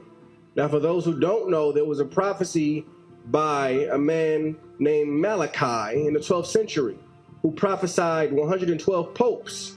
He said after 112th pope, judgment will come, tribulation would come. Now who was the 112th pope? Pope Francis was the 112th pope. My brothers and sisters, I say all that to say this: no matter what is going on, stay close with God. Always be ready for the season, for you never know what's about to happen. But as long as you are close with the Lord Almighty, Yeshua HaMashiach, you shall have no fear of what's to come. Amen? God bless. Shalom. So it's getting interesting. Let's be frank about it. So this guy's now set himself up, and he wants everybody to believe that he's actually the Christ. So there you go. It's all moving in, and it all works in sync with this that's going on right now with what I would say is the retirement of the Pope. And because but then Malachi Martin, he was asked what he saw about the Antichrist. Now what he said was that he'll come at a time when the world's in such a mess, and what he puts forward, the suggestions that he puts forward, will be good. Which, of course, if you're the front man for the very forces that are causing the problems, you're going to have the solutions, and that the solutions are so good. In fact, it's that people will say to him, "You must be God," and that the fact that he will accept that is where the problem comes in. So it's the fact that people will claim him to be God, and his acceptance of that then this priesthood is open, that it can wield whatever power it wants everywhere because people will accept it. So that's the game that's being set up. And of course, looking out there after the last 5 years, the majority of people out there are so ridiculously pathetic that I can see that kind of thing taking place, you know? Right. What an example. The Soviet Union, the Eastern Bloc, it ruled for half a century. The Vatican didn't rule that at all. The only force against Bolshevism ever was pre-Vatican II Catholicism. One would think atheist communists would be immune to the influence of the Vatican, but then in 1978, John Paul II came to power. Karol Wojtyła, his real name. Now, yeah, he was a part of pulling it together. So Vatican II was the move which removed the fact that the Vatican was the only opposing force to Bolsheviks, communism. So these popes post that are all slowly moving it in. So this guy's wrong. It didn't rule the Eastern Bloc at all. He was Polish, and in Poland, the Catholic Church, despite being persecuted by the regime, had organised itself underground. Because Poland was originally Catholic, so was Germany and the majority of Europe. You've got to remember the new Venetian party of the North were taken over through the might of the Prussian Hanseatic League. And Napoleon kicked it off by removing the Christian monarchies. So it's been a long time coming. And Vatican II was the foundation stone or cornerstone for the Vatican to be completely taken over by this no-hide system. The Solidarity Trade Union was crucial to the end of communism there, and Pope John Paul II's trip to Poland was one of the sparks that ignited the fire and overthrew the dictatorship. Well, I've studied Lech Walesa and all that malarkey. He was a fully paid up puppet. The Pope also maintained good relations with the then Soviet President Mikhail Gorbachev. Without these connections, the fall of the Iron Curtain might have been very different and not as rapid. Well, as we've said, the fall of the Iron Curtain launched the Bolsheviks across Europe. So it wasn't a good thing. Mikhail Gorbachev was a complete shit. The Vatican's influence is still there today. The Vatican wasn't necessarily influencing all that. However, they were moving it into the Vatican from Vatican II. Now, I'm not promoting or supporting anything, but you can see this guy's completely fallen for the script. Completely. December 17, 2014, historic US-Cuba reproach from Pope Francis and the Vatican played a key role. Pope wrote letters to Obama and Castro, Vatican mediated talks. Many Cubans didn't particularly like the news, but whether the Vatican's role was good or bad isn't the point here. What's important is that the Pope is a political figure of the world renowned, and Francis was particularly active in this regard. Well, he was never the Pope. A Pope becomes a Pope when one dies. The other one didn't die. But how can such a small state have such much influence? And I think the reason why they made him go is because he were at the helm when so much of this paedophilia and covering up was going on. So he wasn't really the Pope. By the normal system, he wasn't the Pope at all. So I'd say Francis he just wasn't the Pope, only by acclamation, in the same way Charles III is no monarch. And in many parts of the world, priests have moral authority which often transcends national interests. That's why a politician may be more likely to listen to a clergyman than, say, their hairdresser. Well, the way the system's set up, the temporal is run by the politician and the spiritual is run by the priest or the bishop or the cardinal, etc. That's how it's always been. It's a separation of church and state, which they're fast stopping with this amalgamation of all nations through a Secretary of State to the fascist state that was set up in the Vatican in 1929 by the fascists. In international politics, this is often more important than one might think, because all the international treaties we often talk about are signed by people like you and me with sympathies and antipathies, who feel more comfortable with people from their own group. Even if you're not religious, you know religion is important to many people. I myself am an atheist, but of course I'm aware, it's not me speaking, that's him. I'm aware that I grew up in a Christian value system and have internalised large parts of it, and that's a good thing. From the imperative of charity to the Protestant work ethic to the entertaining liturgical show of the Catholics. I would therefore like to claim that the Pope, at least indirectly, also influences many millions of people who are not Catholics. This means if you have the Pope on your side, you potentially have hundreds of millions of people behind you. Well, look at what side he were on. He wasn't on Catholic side. He wasn't on the side of Christianity. He wasn't. And it's like, I hope nobody's falling for this. I mean, fair play to that lad, he's trying, but... What's particularly piquant about this is that Vance converted to Catholicism in 2019 when billionaire Peter Thiel groomed him to be his politician. Thiel, in turn, is said to have close ties to Opus Dei, an order founded by the Spaniard José María Escriva. Escriva was a member of the fascist Phalangists, a Holocaust denier, and a strong supporter of the dictators Franco and Pinochet. Well, Opus Dei, thanks to the novels by Dan Brown and film starring Tom Hanks, is misunderstood by most people as a group of albino weirdos who whip themselves. Well, they do whip themselves. There's the logo, and these are the things that they use. They wear that to the right around the thigh, and they whip themselves with the one to the left. That's known. In fact, that was on a documentary on the BBC, probably either in the late 70s or early 80s. They do this. So, you know, he's trying to say that that's not the case. Well, actually, it is the case. It's what they do. For example, Kevin, like when you see the Muslims when they're doing it on the bike, you know, and we think to ourselves, what the fuck? This is the same mindset of Opus Dei, because it's blood. It's all blood ritual. And blood ritual, of course, belongs to Shaitan. And so they can show you. You see, if you don't understand that kind of stuff, you struggle to actually see it for what it is, you know. It's same with the halal, cutting left to right is a satanic ritual. It's whether they like it or not, when you study that stuff, that is the satanic ritual for sacrifice. It's a sacrifice to Satan.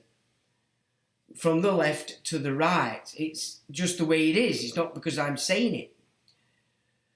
Kevin Roberts, for example, Kevin Roberts, president of the Heritage Foundation and architect of Project 225, which aims to secure Trump's dictatorial power over the US, is very close to Opus Dei and regularly receives spiritual guidance from a Catholic centre in Washington, D.C., run by an Opus Dei priest and considered the US hub for the radical and secretive Catholic organisation in the US. Kevin Roberts, president of the Heritage Foundation and architect of Project 225, the conservative think tank's roadmap for a second Trump presidency, has close ties to the Opus Dei-run Catholic Information Centre, CIC, in Washington, a hub of the radical and secretive Catholic group activities, and regularly receives spiritual guidance there. In a speech, Roberts spoke openly about his strategy of pursuing extreme political goals that he supports, but that do not align with the views of the majority of Americans.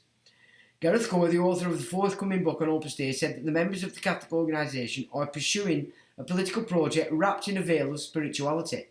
The group's founder, Saint José María Escriva, saw his followers as part of an emerging militia, eager to go into battle against the enemies of Christ. A bit like founder of the Jesuits. Like Project 225, Opus Dei is at its core a reactionary movement against the progressive development of society. For decades, the organisation has used its resources to penetrate Washington's political and legal elite, and appears to have finally succeeded through its close collaboration with men like Kevin Roberts and Leonard Leo. So this is Leonard Leo. You've already heard who's behind Donald Trump's shortlist of SCOTUS nominees, Leonard Leo. What you haven't heard is that Leo is a major anti-choice activist. Serves as Executive VP of the Federalist Society, a national organisation of ultra-conservative lawyers. Co-chairs Students for Life, an organisation whose out-of-touch mission is to abolish abortion, which is fine. Of Leo, one ultra-conservative blogger said, no one has been more dedicated to building a Supreme Court that will overturn Roe v. Wade than Leonard Leo. Well, I don't actually have a problem with that. Why is an ultra-conservative anti-choice activist behind it? I mean, think about that, anti-choice. These choice people, they're saying you have the right to murder your kid. Murder is forbidden. It's not a good thing. So I disagree with that. But then for the right to become... For them to create these two opposing forces, they have to be saying something that people can jump onto. Leo is a conservative activist who led the Republican mission to install a right-wing majority in the Supreme Court and funds many of the groups that have joined Project 25. he has ties to CIC, which is affiliated to Opus Dei. In 2022 speech accepting the CIC's highest award, John Paul II Award for the New Evangelization, Leo promised the centre and called its political opponents vile and immoral, barbarian, secularists and bigots under the influence of the devil. I think you're starting to get an idea of what the death of Pope Francis has to do with current geopolitics. No, it's just playing you all off against each other, keeping you divided. And why the Pope initially refused to meet with Vance, only sending his deputy, but then changed his mind at least received him in the guest house, but by no means befitting his status, and he certainly didn't give him his blessing. For Vance, who wanted to show American Christians that the Pope respected him, this could backfire, similar to his appearance in Greenland. Moderate US Christians don't want Project 225, a billionaire oligarchy, and the American bishops are torpedoing the Trump administration's radical immigration policy. Well, what kind of bishops? And yes, that's a pretty powerful influence that no one has ignored. Catholicism has significantly influenced countless historical transformations which have changed the face of the earth and shaped our present. Look, this migrant sim, it's about getting rid of civilization. It's garbage. When Rome's been responsible, they say, for building the civilization, why would it want to knock it off? Well, it could only be that if what was Rome is no longer Rome. It's something else. It's the exact enemy of what Rome built as a civilization. So you can't have it all ways, but these guys think they can because they just assume everybody is still as stupid as they were in 2020, and they may be right. It was considered that the nucleus of the EU and European Coal and Steel Community was founded by 6 countries, and 5 of them had Catholic heads of government. Well, that's because Europe's barely Catholic. They even celebrated the treaty with the joint church service. How ironic that Donald Trump now says the EU was founded to swindle America. Trump says the EU was founded to screw the United States. Well, we've just looked at the Heritage Foundation and we've seen how it's taken over the right everywhere. Yeah, the EU's not that old.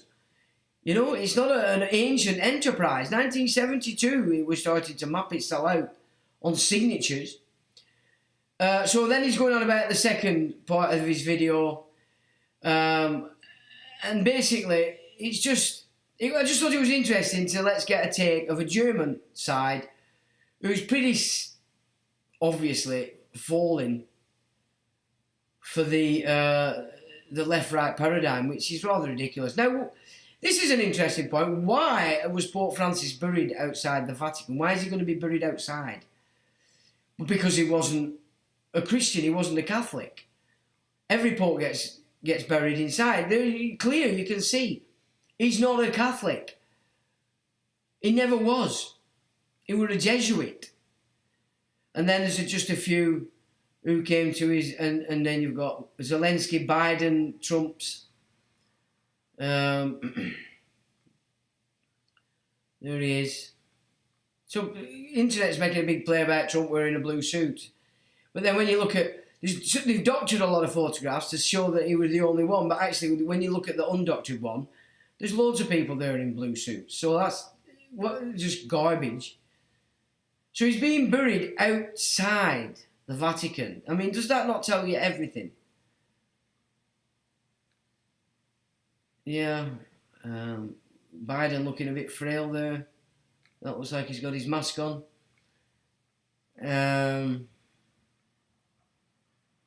Now, NATO is lobbying Trump not to pressure Ukraine into a peace deal. How about that? NATO. Well, what did it... Oh, surprise, surprise. There you go. The 2 actors acting.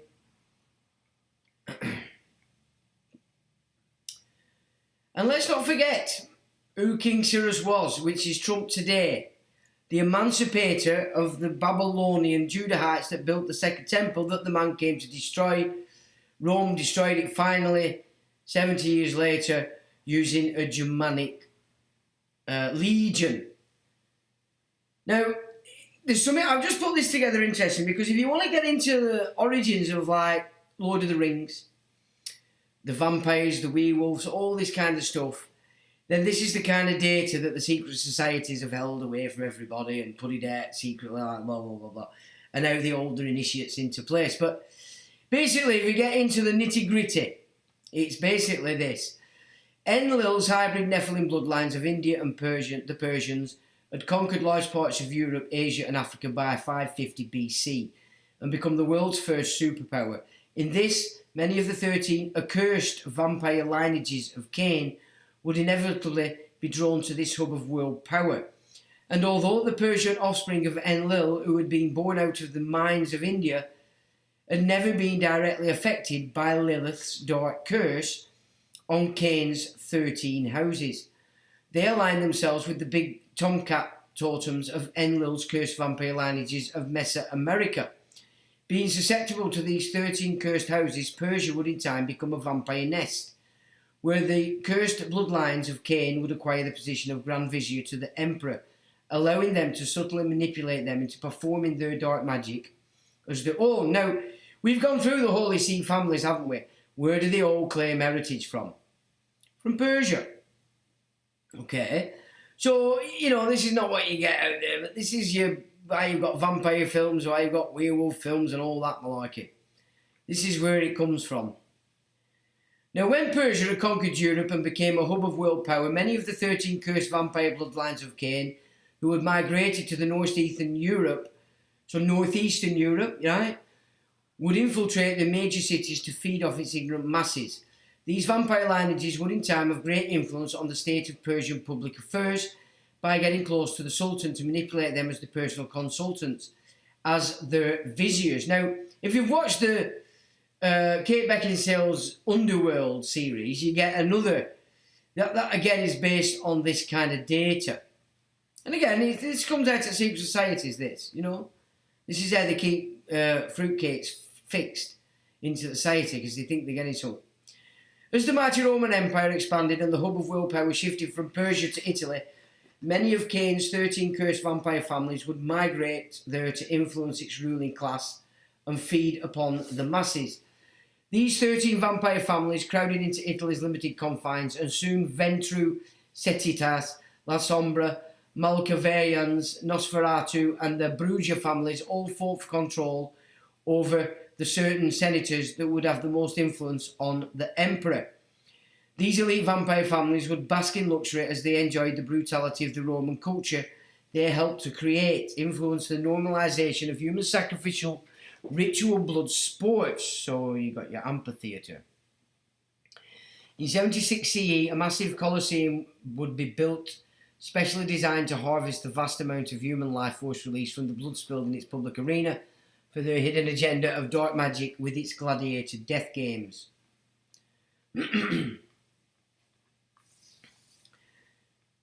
Okay, so this is basically, now their enemies were the Scythian horsemen and the source of the werewolves, and they consistently hunted down these vampire bloodlines to prevent them from getting too big. And of course the Scythians, the horsemen, it's pretty much what became, that's the white race, isn't it, basically, So there you go. That's just, I just thought I'd leave you with that, just to give you just to go, because we've looked at at Barbello, and another set of data that the secret societies have held that keeps people in tune with all this kind of stuff. And that's just give you another insight, because these all the families all claim origin in Persia, do they not? So I thought it might be interesting, and I will just leave us with this. Common people will believe anything if they are frightened. But critically thinking people will look for the deception and find the truth through the smokescreen of fear. And that, ladies and gentlemen, is what we're all doing here. Applying critical thought to what is out there, so we can perhaps get a better and clearer picture of what it is that's playing out, who's playing it out, so that we don't feed it. Because that's the game. We don't want to feed this madness. There's enough out there that will. So let's have a look here. What are you guys saying? It looks like you've been talking a lot through that. There we go, I've got to it. Okay. Lorraine says, what a kerfuffle last week. Oh, what happened last week? He's the spit of Jimmy Savile's, and this is about Stormer, is it? Yeah, well, he was brought up by Jimmy Savile and shafted stupid. So he was basically Jimmy Savile's vagina throughout his childhood. Noticing a lot of the so-called leaders look like leaders from past respawned. Paul says, Mew, honestly, even my onwards comments are disappearing, so you guys are still talking about that. Mrs. Pagina says, I was told, do what thou wilt by a cult member. Well, that's the Golden Dawn. That's Aleister Crowley's Thelema. Where are we? Okay. Body says, it's been a while since I stopped by, but a few years ago, I sent you an email asking you to republish an article from your website on my website, Esoteric Awakening. Send it again, Body. Honestly, dude, I've been so out there. I've not paid attention to so many things outside of what I've been doing. But if you want to send that again, let me take a look at it and I'll gladly republish it. Yeah, absolutely. Or the Schism Pope, says Jerry. Just wanted to let you know I'm still around, just in the fight. Cheers, no problem. Vatican Snake Room, says Miss Pagina. I've seen it. Jerry says that the own the undroid system. No, the unidroid system is the law for the private. Keep that in mind, people. Pricked our heels after we were born was enough snake bite. Blood rich. Well, I put something up about the vitamin K on the face ache. And then seeing don't thread me on the snake flags after the fact. But seeing as Romans actually did and do have Roman foot-shaped genetic trait and Bolshevik, Yashevik's, Cohen's, Spock, handshake genetic trait, which is a kind of sickening to me as I got it.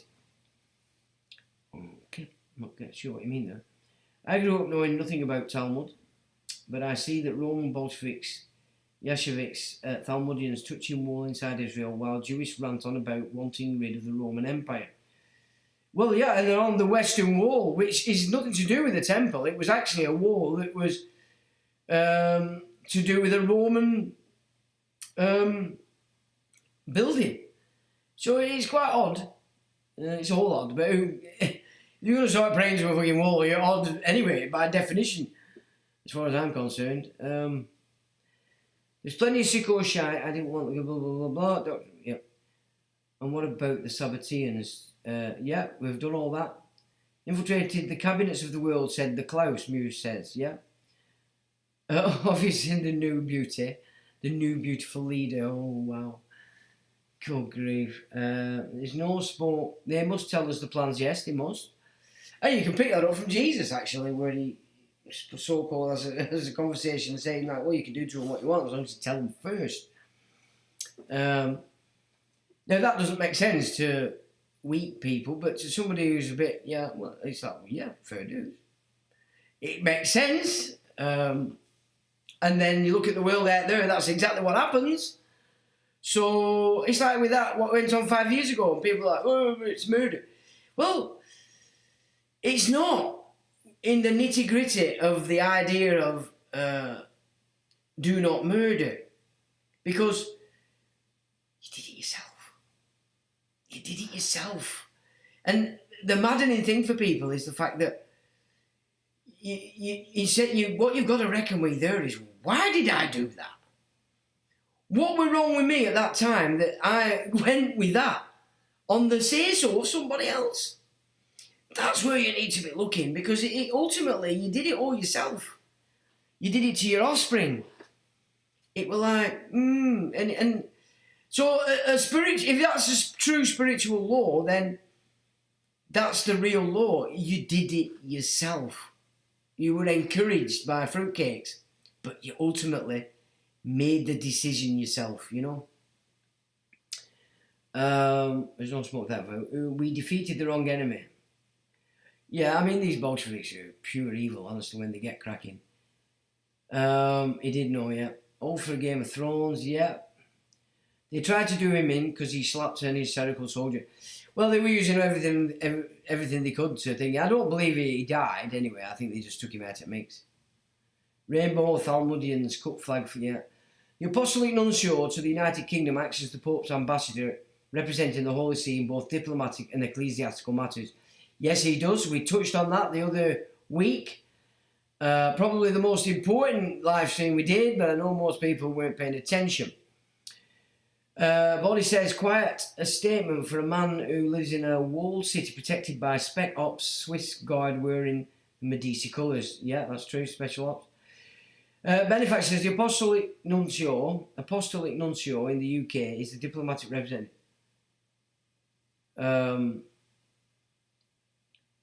We're ambassador of the Holy See, the Vatican, to the United Kingdom. The Nuncio serves as the Pope's official representative, or both. The Catholic Church in the UK and to the British government. As of April 2025, the Apostolic Nuncio to the United Kingdom is His Excellency Archbishop Miguel Murray Buende. Mrs. Pegina says they're invading and planting themselves, yeah, but they're being helped, remember. They're being pulled in by this corporate system. Pillaging statutes, multi-taxes used for them. Yeah. Giant Africa NGO group on small island really. What's that called? John says, even if they were genuine refugees, they should only be here on a temporary basis. Of course they should, yeah. Because it's not what it's about. So all that speaking in that we've just looked at, you can see that that is the propaganda, to pretend that there's two sides. David says none of them should get here first, safe country and all that, send them back. Yeah, because they're not coming out of refugee situations. There's no refugee situation in Kazakhstan. There's no refugee situation in Turkey, Uzbekistan. Not even in Afghanistan anymore. And that's another story. And George Galloway, we're covering all that up. I know he's on the rise again, have you noticed? And people swoon at his feet. Because he's a great rhetoricist, but he wouldn't debate me. I chased him for a year to debate me. He wouldn't, when he were running Bradford and covering up the fact that they were importing all the Taliban to set up their own opium networks coming direct from Afghanistan, killing all the Muslim drug dealers. Would he debate me? No, he was covering all that up. Covering it up, all of it. So this pretends he's full of shit. He's just another player. Benefactor says, Sean, I highlighted the importance of the Apostolic Nuncio to the UK and perhaps the need for us to straighten up the records as well. Yeah, absolutely. David says, none of them should get here. Benefactor, what will happen, the role of the remembrancer when the London City moves? Well, yeah, absolutely. But what he's there for, more importantly, is to make sure the government remember that we're at war. We're still on a war footing, which we've been since 1914. Mahdi Jihadi. Well, we'll have to wait and see what happens there, innit? You know, it's up to Muslims whether they follow that or not. Making Kababi Mahdi out of peoples. Benefactor, Ulick, if the City of London moves, the remembrancer's role may adapt to represent the city's interest in a new context. Historical significance, yeah, it could be. Potentially altering its influence or duties while preserving. Well, think in terms of the everything that moved to the City of London in the 1600s was before that headed in Holland. Now, when that moved here, Holland didn't all of a sudden become free of it, did it? In fact, in some of the studies I've done, it would appear that the Dutch house is above the British house, i.e. Saxe-Coburg-Gotha. And the Coburgs were Moors as well, people forget. And Saxe-Coburg-Gotha is an admixture of three bloodlines. But the superior house to the Windsors was the Dutch. You remember, he set up the Bilderberg group. And tried to do a similar thing in Africa that other idiot had been doing, like a total dictatorship in Congo, and it failed. He was a strange fella, him. Where are we there? Agreed but not to ponder. One to ponder, yeah. The Jinn of all jinns. True, it's definitely something to think about. The shift could have broader implications than we might initially expect. Lex Van Man, we need to be RH negative blue blood as was more. He will need to be RH negative blue blood. What evidence do we have of that? Yeah, what evidence do we have of that? I mean, look, there's a lot of stuff, because Western people are now studying the Quran, it's coming out, because Muslims don't know this stuff, because they don't read it. They're told what to do by their imams. There's so much that Muslims don't know about the Quran. The fact that the only woman named in it is Mary. You know, Muhammad's only named in it, I think, 6 times or something like that. What they're taught is not what the Quran says. Let's put it that way. So what do you mean, Lex Val? I don't know what you mean. How do you know you were our age? Depends on, is that not just another David Icke front, you know, because these powers that be don't like rhesus negative. Because we can see through this shit. It's definitely something that, yeah, I've done that.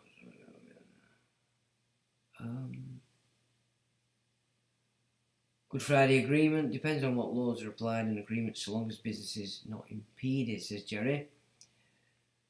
And it will be a state unto itself, even in Kazakhstan with Russian protection.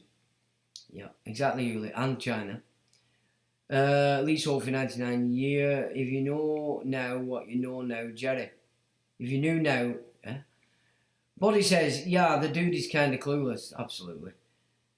This kind of stuff all the time in conspiracy circles, i.e. people who fall for goofy shit, just another layer of the matrix, yeah. But it's surprising how many people fall for it. PY says, oops, wrong button, Bodie, sorry. How is it?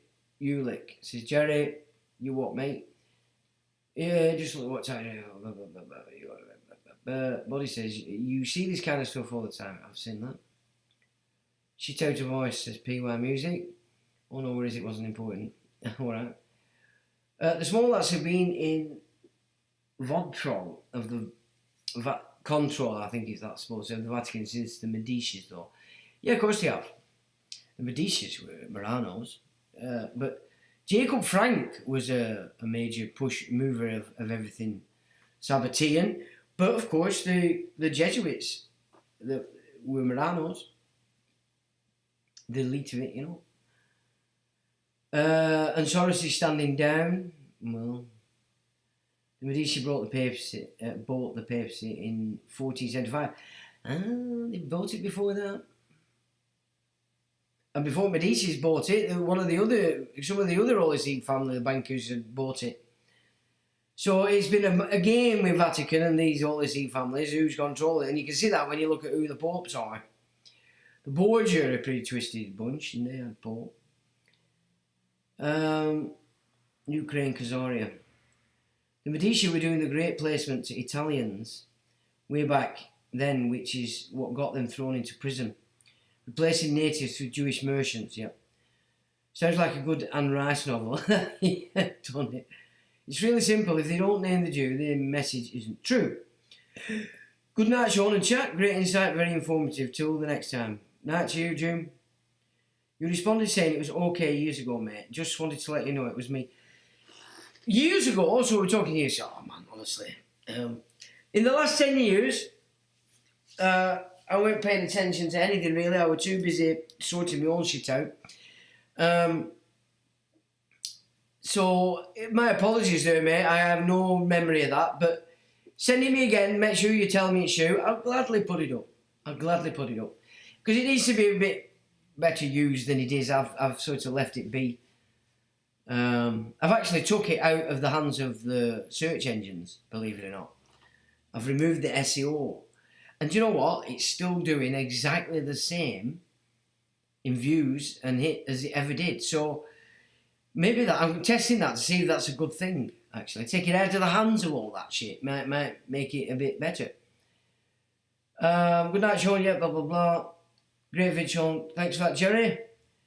Free Will. Thanks for your effort, Sean. Stay well, everyone, says Big E. Nice one, Big E. There's the Next A ones, the Nordic English albinism, one I know where her sister is carved from, throat down, old body, discarded in dustbin in England. There's the negs A ones. I don't know what you mean there, Chuck. Thanks, Sean. Thanks, good chat. Have a great weekend. Yep, great stuff. I come across negs, even all negs. Well, I'm neg. Google took my site off the results a year ago, right? No problem. Send it on, buddy. Make sure you let me know it's you, and I'll gladly put it up. With that, ladies and gentlemen, we are 2.5 hours of chit-chat. Thanks for joining, mods. Thanks for modding. Oh, yeah, have a good week. I hope that's some interesting information there. So, the Black Sun. Oh, interesting. Yeah, I've studied the Black Sun back in the day. The trouble is with me, I forgot most of what I knew before. Although I'm slowly unpacking stuff. And hopefully, I might find some interesting books that I probably don't believe I have anymore. I'm hoping so anyway. Right, chaps. A neg blood type. Well, I'm neg. You don't need to know which one. Right, chaps, thanks for joining, and, well, as always, till the next time.